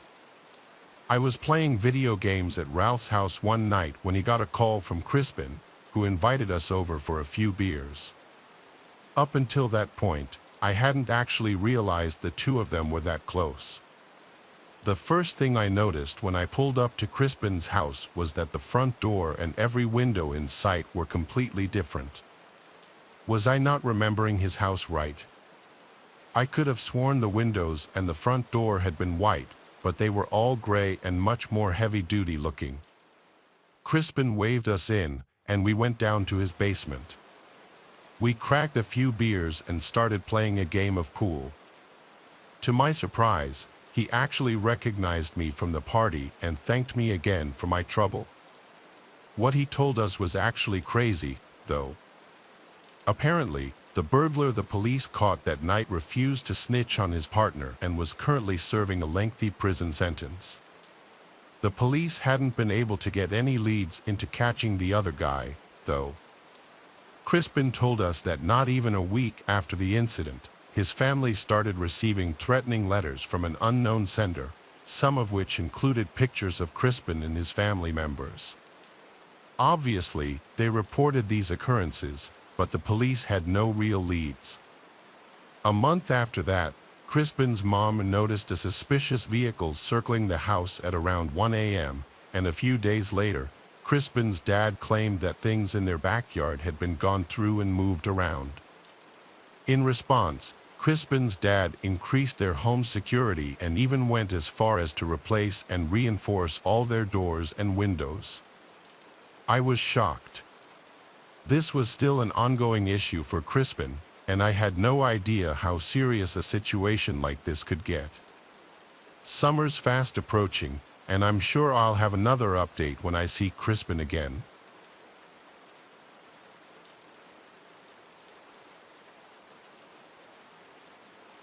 I'll never forget when I worked nighttime security at a cemetery for about 2 weeks. It was never something I wanted to do as a security guard, but I didn't have a choice. The agency I worked for forced me to transfer due to an incident where I allegedly assaulted a kid who happened to have rich parents while doing my job. I'm not allowed to talk about that case, though, so I won't. I didn't want to work at a cemetery for obvious reasons. Unfortunately, my boss told me to accept the transfer or resign from the agency, and I wasn't ready to be out of a job. The cemetery in question was the oldest in the city, and it was considered historic. However, it had just signed a contract for nighttime security after a couple of grave robberies that had recently occurred. It only happened twice in recent history, but in the span of a couple of weeks, which indicated that it might happen again. Aside from the daytime toll with workers, I was the first security guard to work there, which meant I had nobody before me to tell me how things might go. I couldn't instill the first night, so I made a lot of walkabouts to the burial grounds in an effort to desensitize myself from how damn spooky it was in the dark. It had the opposite effect, though. At one point, I came across one of the graves that had been robbed.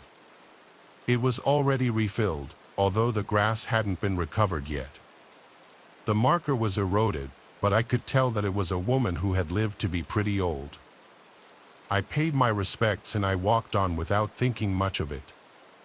Over the course of a few nights, nothing happened. It was one of the more boring starts to a job that I've had. I was used to getting off work around 4 or 5 a.m. at the latest, but I was in the graveyard from 8 p.m. to 8 a.m., 3 nights a week, and that schedule didn't suit me. I became extremely drowsy halfway through each shift, and the coffee available in the booth was like water to me. When I went back for my second round of shifts, I was already over it. There was nobody around to notice, though, so I didn't care. I was through with my first week, so I figured my supervisors would be more relaxed about watching over the camera footage. Instead of trying to force myself to stay awake when I was exhausted and nothing was happening, I let myself sleep when I felt like it. I didn't think the grave robbers would actually come back and try their luck for a third time once they knew I was there, and it's not like I had a problem stealing company time from the agency that screwed me over. However, there was one party who had a problem with me sleeping on the job. The last night I worked there, I was exhausted from the previous shifts and it didn't take too long for me to start dozing off in my chair. I actually fell into a deep enough sleep to start dreaming. I don't remember how the dream started, but I know that at some point it suddenly became a nightmare. I'd laid down thinking I was about to get a massage or something, only to feel immense pain in my stomach. I screamed and opened my eyes to see an elderly woman standing above me with a shovel, plunging it into my abdomen and digging out my insides. I couldn't move, and all I could do was watch her eviscerate me. It was the most vivid dream that I've ever had. Luckily, I was able to force myself awake. I opened my eyes with a start. Then, right there on the other side of the booth window, I saw that same decrepit old woman staring right at me. I jumped back and fell off the chair, losing sight of her for a second. When I got to my feet, she was gone, but I was thoroughly shaken. I was terrified by the thought of going out there, but I knew it was my job to go looking for anyone who attempted to trespass. To be honest, I didn't feel any safer being a sitting duck in the toll booth. I stepped outside into the cold under a full moon and turned on my flashlight, throwing the beam in every direction. At first, I didn't see anyone, but then my heart skipped a beat when I saw a figure standing near the back of the property by the trees. I shouted at them, but they didn't respond. I had to look away for a second as I heard rustling in the bushes behind me, but it was thankfully just a possum that I startled into running off.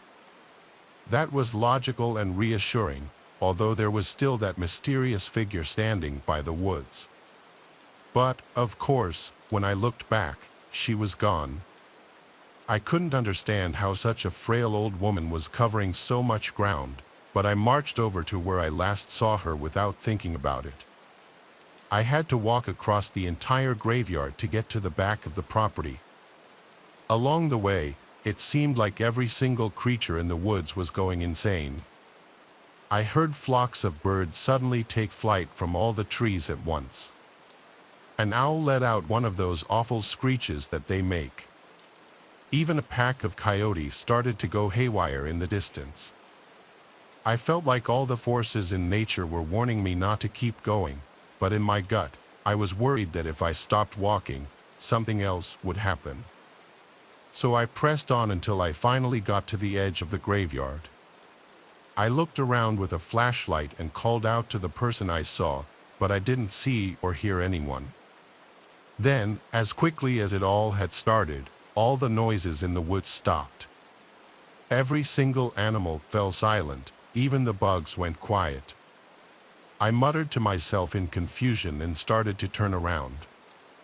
But that's when I noticed I was standing right on top of one of the graves that had been robbed, the one of the old woman that I'd seen the week before. As soon as I realized this, I felt stiff hands wrap around my throat and my feet were kicked out from under me. I couldn't see who was doing this to me, but they were strong as hell. They bashed my face into the recently replaced dirt probably a dozen times until it started to feel like I was about to pass out from lack of oxygen. Then, at the last second, it stopped. I felt the rough touch of the hand simply disappear. I quickly got to my feet in a panic, but I couldn't see anyone in the area. It was like I'd imagined the whole thing, but there was no way that I could have. It felt as real as anything else. Whatever it was had me chilled to the bone. I didn't finish my shift that night. I ran to my car with my tail between my legs and quit the job on the spot. This event has haunted me ever since. I've pieced together what it meant over the years. The spirit of the old woman who was robbed didn't take kindly to me slacking on the job, and she took matters into her own hands to make sure it never happened again. I've never been a superstitious person, but sometimes things happen in life that make you reevaluate your assumptions. Even now, when I'm at work and I feel myself getting the urge to slack off, I see that woman out of the corner of my eye for a split second, reminding me of the lesson she taught me.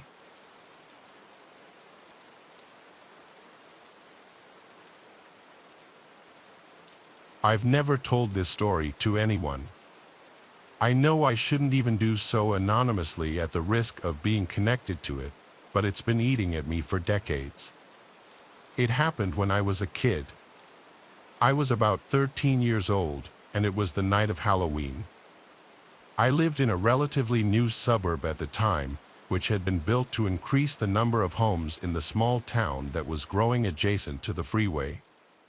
It all looks very different now, but back then the area wasn't nearly as developed. Strangely, nowhere was this more obvious than the cemetery that was a few turns off the main road in what used to be the outskirts. At the time, it was mostly vacant. Not enough people had died to fill it up yet. That would change, however, as me and my two friends, who I'll protect by calling Aaron and Michael, decided we wanted to go exploring the empty graveyard instead of trick-or-treating. We knew it would get us in trouble, so we put in some effort to cover our tracks. We wore costumes and started the night by immediately stealing a few bowls of candy that were set out and mixed them all together so it would look as though we actually went trick-or-treating like our parents thought.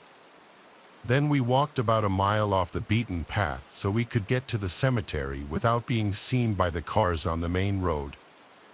This involved hopping a fence that surrounded a large drainage pond for the freeway and cutting across the banks to hop the fence again into the cemetery grounds.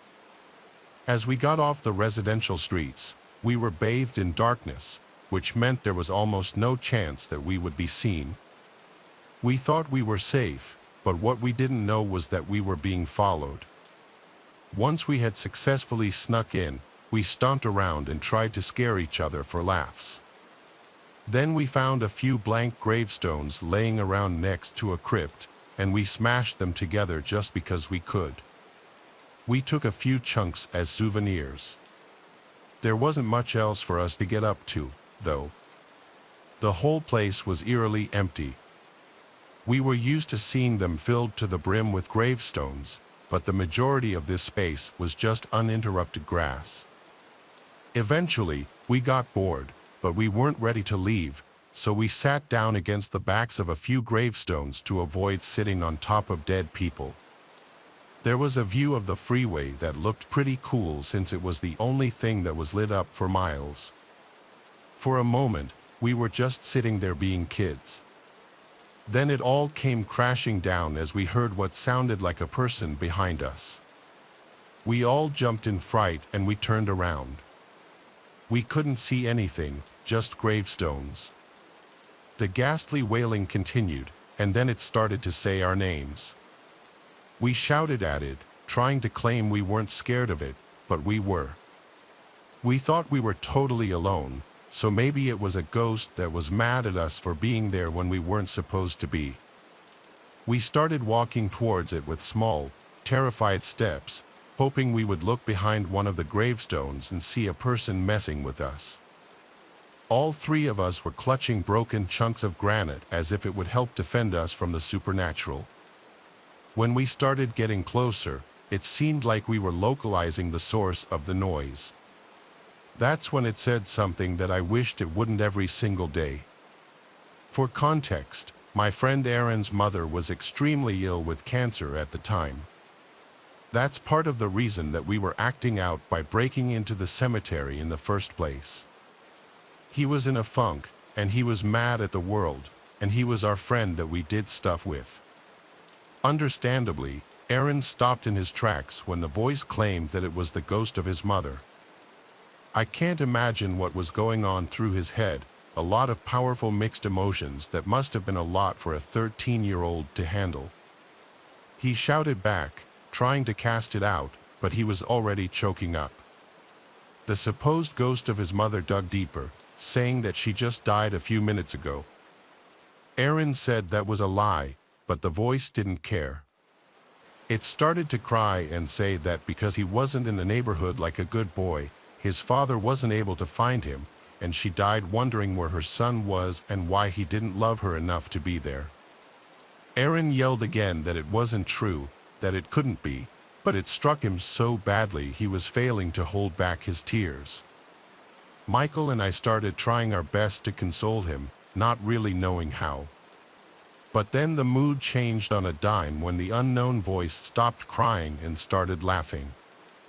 Then it didn't sound like the ghost of a woman anymore, but a snickering boy. We looked over and saw someone crawling out of their hiding spot behind a gravestone. It was somebody we knew, but I can't say his name. He was a couple of years older than us, and he was a neighborhood bully. He must have seen us sneaking off and followed us so he could pull some kind of prank like this for kicks. All of Aaron's sadness turned into anger in an instant as he charged toward the bully, who was laughing so hard he didn't notice how pissed off Aaron was. Nobody expected him to do what he did next. Aaron tackled the boy to the ground and started beating on him, screaming furiously that it was way too far to joke about someone's sick mother dying. Michael and I agreed, and we hated being bullied by this kid too, so we let it happen, figuring it would teach the jerk a lesson. Unfortunately, we didn't notice before it was too late that Aaron wasn't just pounding the kid in the face with his fists, but with the chunk of gravestone he'd broken off a few minutes prior.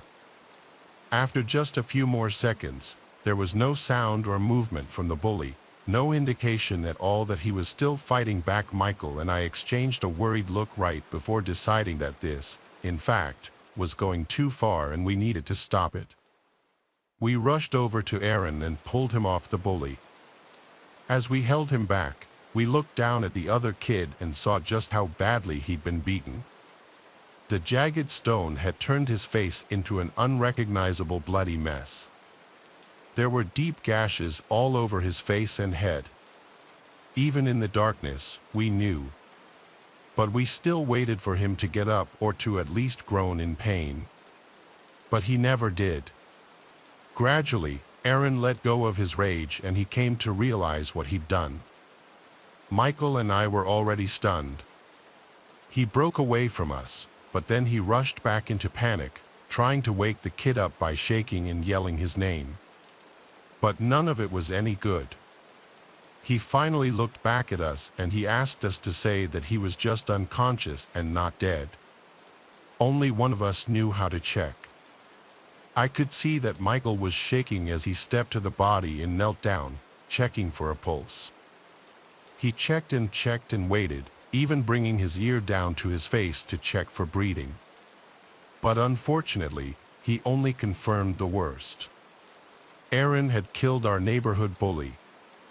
After an internal silence, Aaron snapped us out of our daze. He took charge of the moment. He led us through the cover-up. We all thought about just coming clean, but we were so afraid of the repercussions.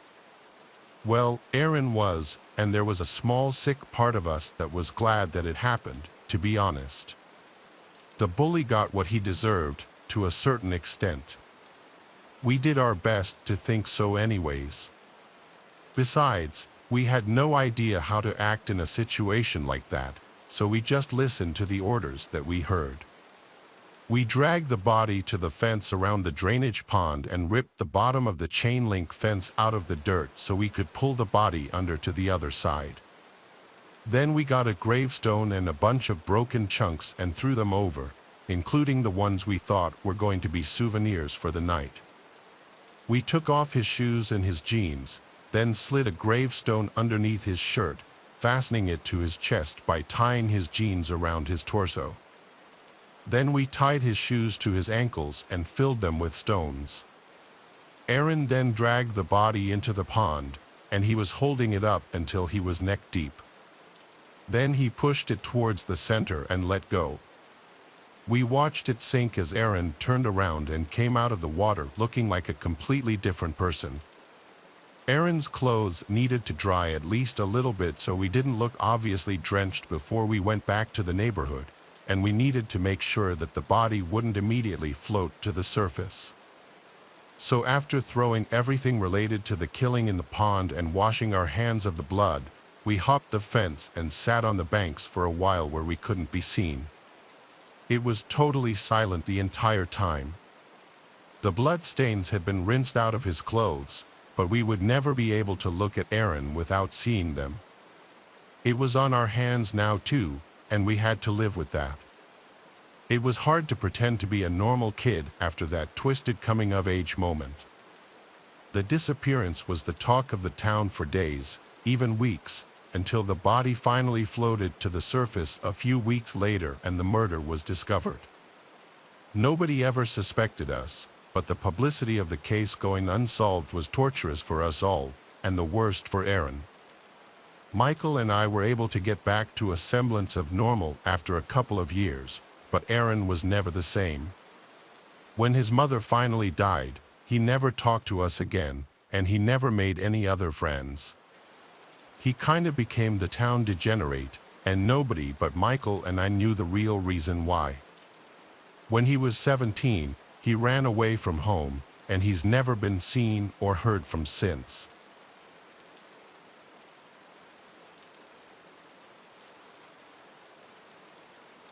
Out of all my strange experiences, This is probably the most compelling I had simply because I was not alone when it happened. I was not with just the average kind of people either. I'll put in as much detail exactly as I remembered them, so this may be long. I can't mention the name of the company I work for to protect my job, but it's one of the largest telcos in the Philippines, which is synonymous with the word world. I currently work as one of the senior IT network and server engineers there. I usually get assigned to work on priority repairs on various cell sites and server data centers, mostly in far-flung provinces. This happened in mid-December of 2018 in Nueva Vizcaya, mountainous province in the northern region of the Philippines. It was a priority service call, Sarah T1, the highest of priorities wherein even the CEO of the company received status updates since the cell site in question also services various military communications devices. As soon as I got into the office, I was dispatched immediately, carrying with me various equipment to replace the existing ones at the cell site. It was a 6-hour drive from Manila. I was asked to go to a specific meeting point in the town nearest the cell site to rendezvous with my escort, an 8-member team from the Philippines 1st Army Scout Ranger Regiment. The area of the cell site is a place where the local communist movement, the New People's Army, is highly active.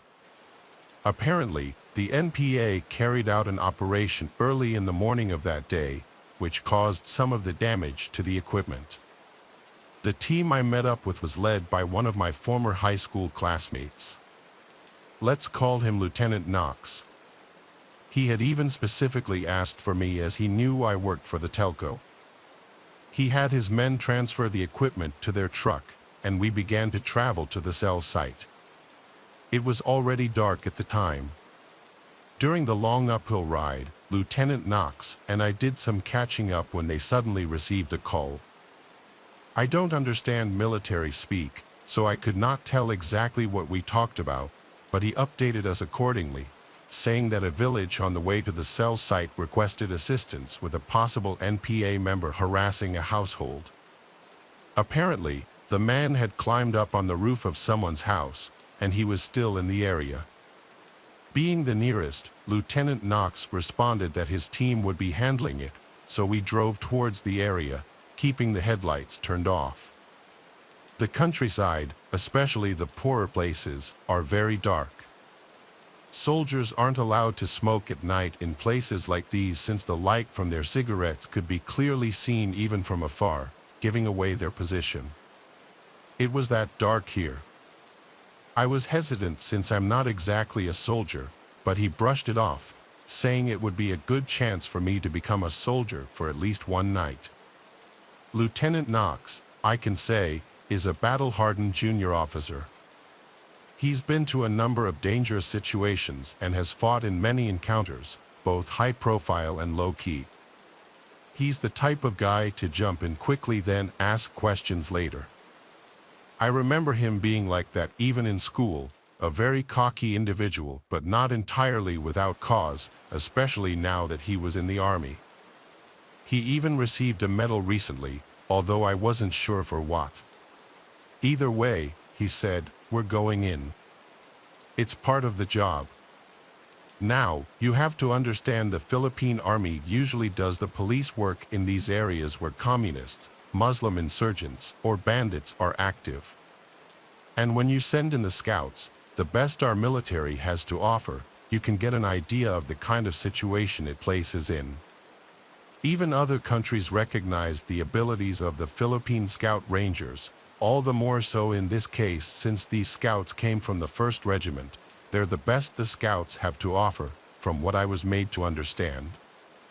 We got to the place a little over 5 minutes after, with me still having second thoughts. Dude, make up your mind. Either you shadow me or I leave you in the truck. But if you stay here, you're gonna be free dinner for the commies. Can't spare you a babysitter for this one, he explained to me. So he made the choice easier for me. I didn't have plans to be abducted, I was already soiling myself, basically not cut out for this stuff. I just wanted to repair the cell site and go home, but I did have plans to get his wife to get back at him for this. Here, he said, handing me a loaded 9mm and 2 clips. I know you're used to this one, and the safety's on. I sat there thinking I wasn't getting paid enough for this job, and I recalled my company insurance policy. It doesn't even cover sports-related injuries, let alone anything you'd see in a firefight. But I didn't have time to dilly-dally, so I stuck with my friend instead of waiting for someone to drag me into the woods and getting held for ransom, which no one's gonna pay for, let's face it. The plan was for 6 of his men to break off into 3 pairs to surround the house in question. Me, Knox, and his sniper Mason were to head over to the water tower about 60 meters out. I guess he planned to snipe the guy and have his men stand by on the ground in case the sniper missed. As we trekked over to the water tower, he told me, "You're too stiff, man. You're wearing dark clothes. No one's gonna see you. We'll be in and out in 10 minutes. You're a VIP, and that's why I came and had my sergeant stay with the platoon at the cell site, so don't worry so much." I didn't know VIPs had to join in responding to calls like this, but the scouts were undermanned as it was already, and that's why my friend needed to multitask at the moment. When we got to the water tower, Private First Class Mason immediately positioned himself, and Lieutenant Knox sat beside him while I positioned myself behind. At that time, I was thinking to myself, well, yeah, this wasn't so bad. I'm far and safe away from that area. But then I heard Mason say, "Sir, you need to see this." Knox brought out some type of binoculars, I guess they call it an NV scope. I couldn't see his reaction because it was dark, but he was silent for a moment as he put down the binoculars. "What in the world," was all Knox could whisper. He then turned to me and asked me to look at the direction he pointed and to tell him what I saw. I was initially concerned, thinking that there were more NPAs now and that we were outnumbered.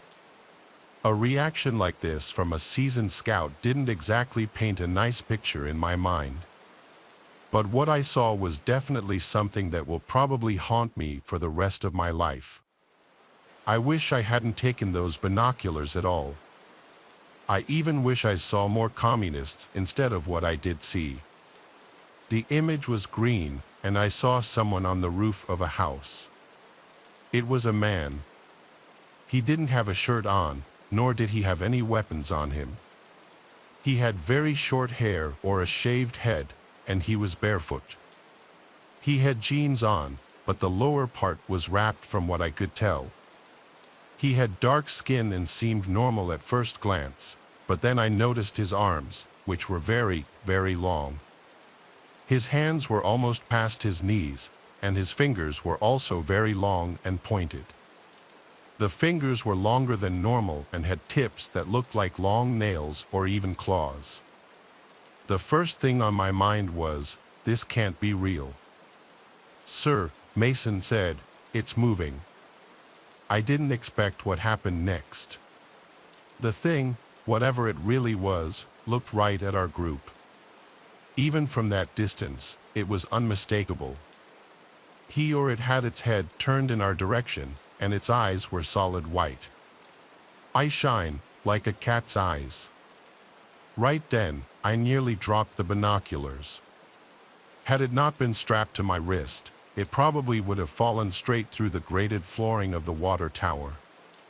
Knox looked to me as if asking what I saw, and all I could say was, "It looked at us, man. It knows we're up here."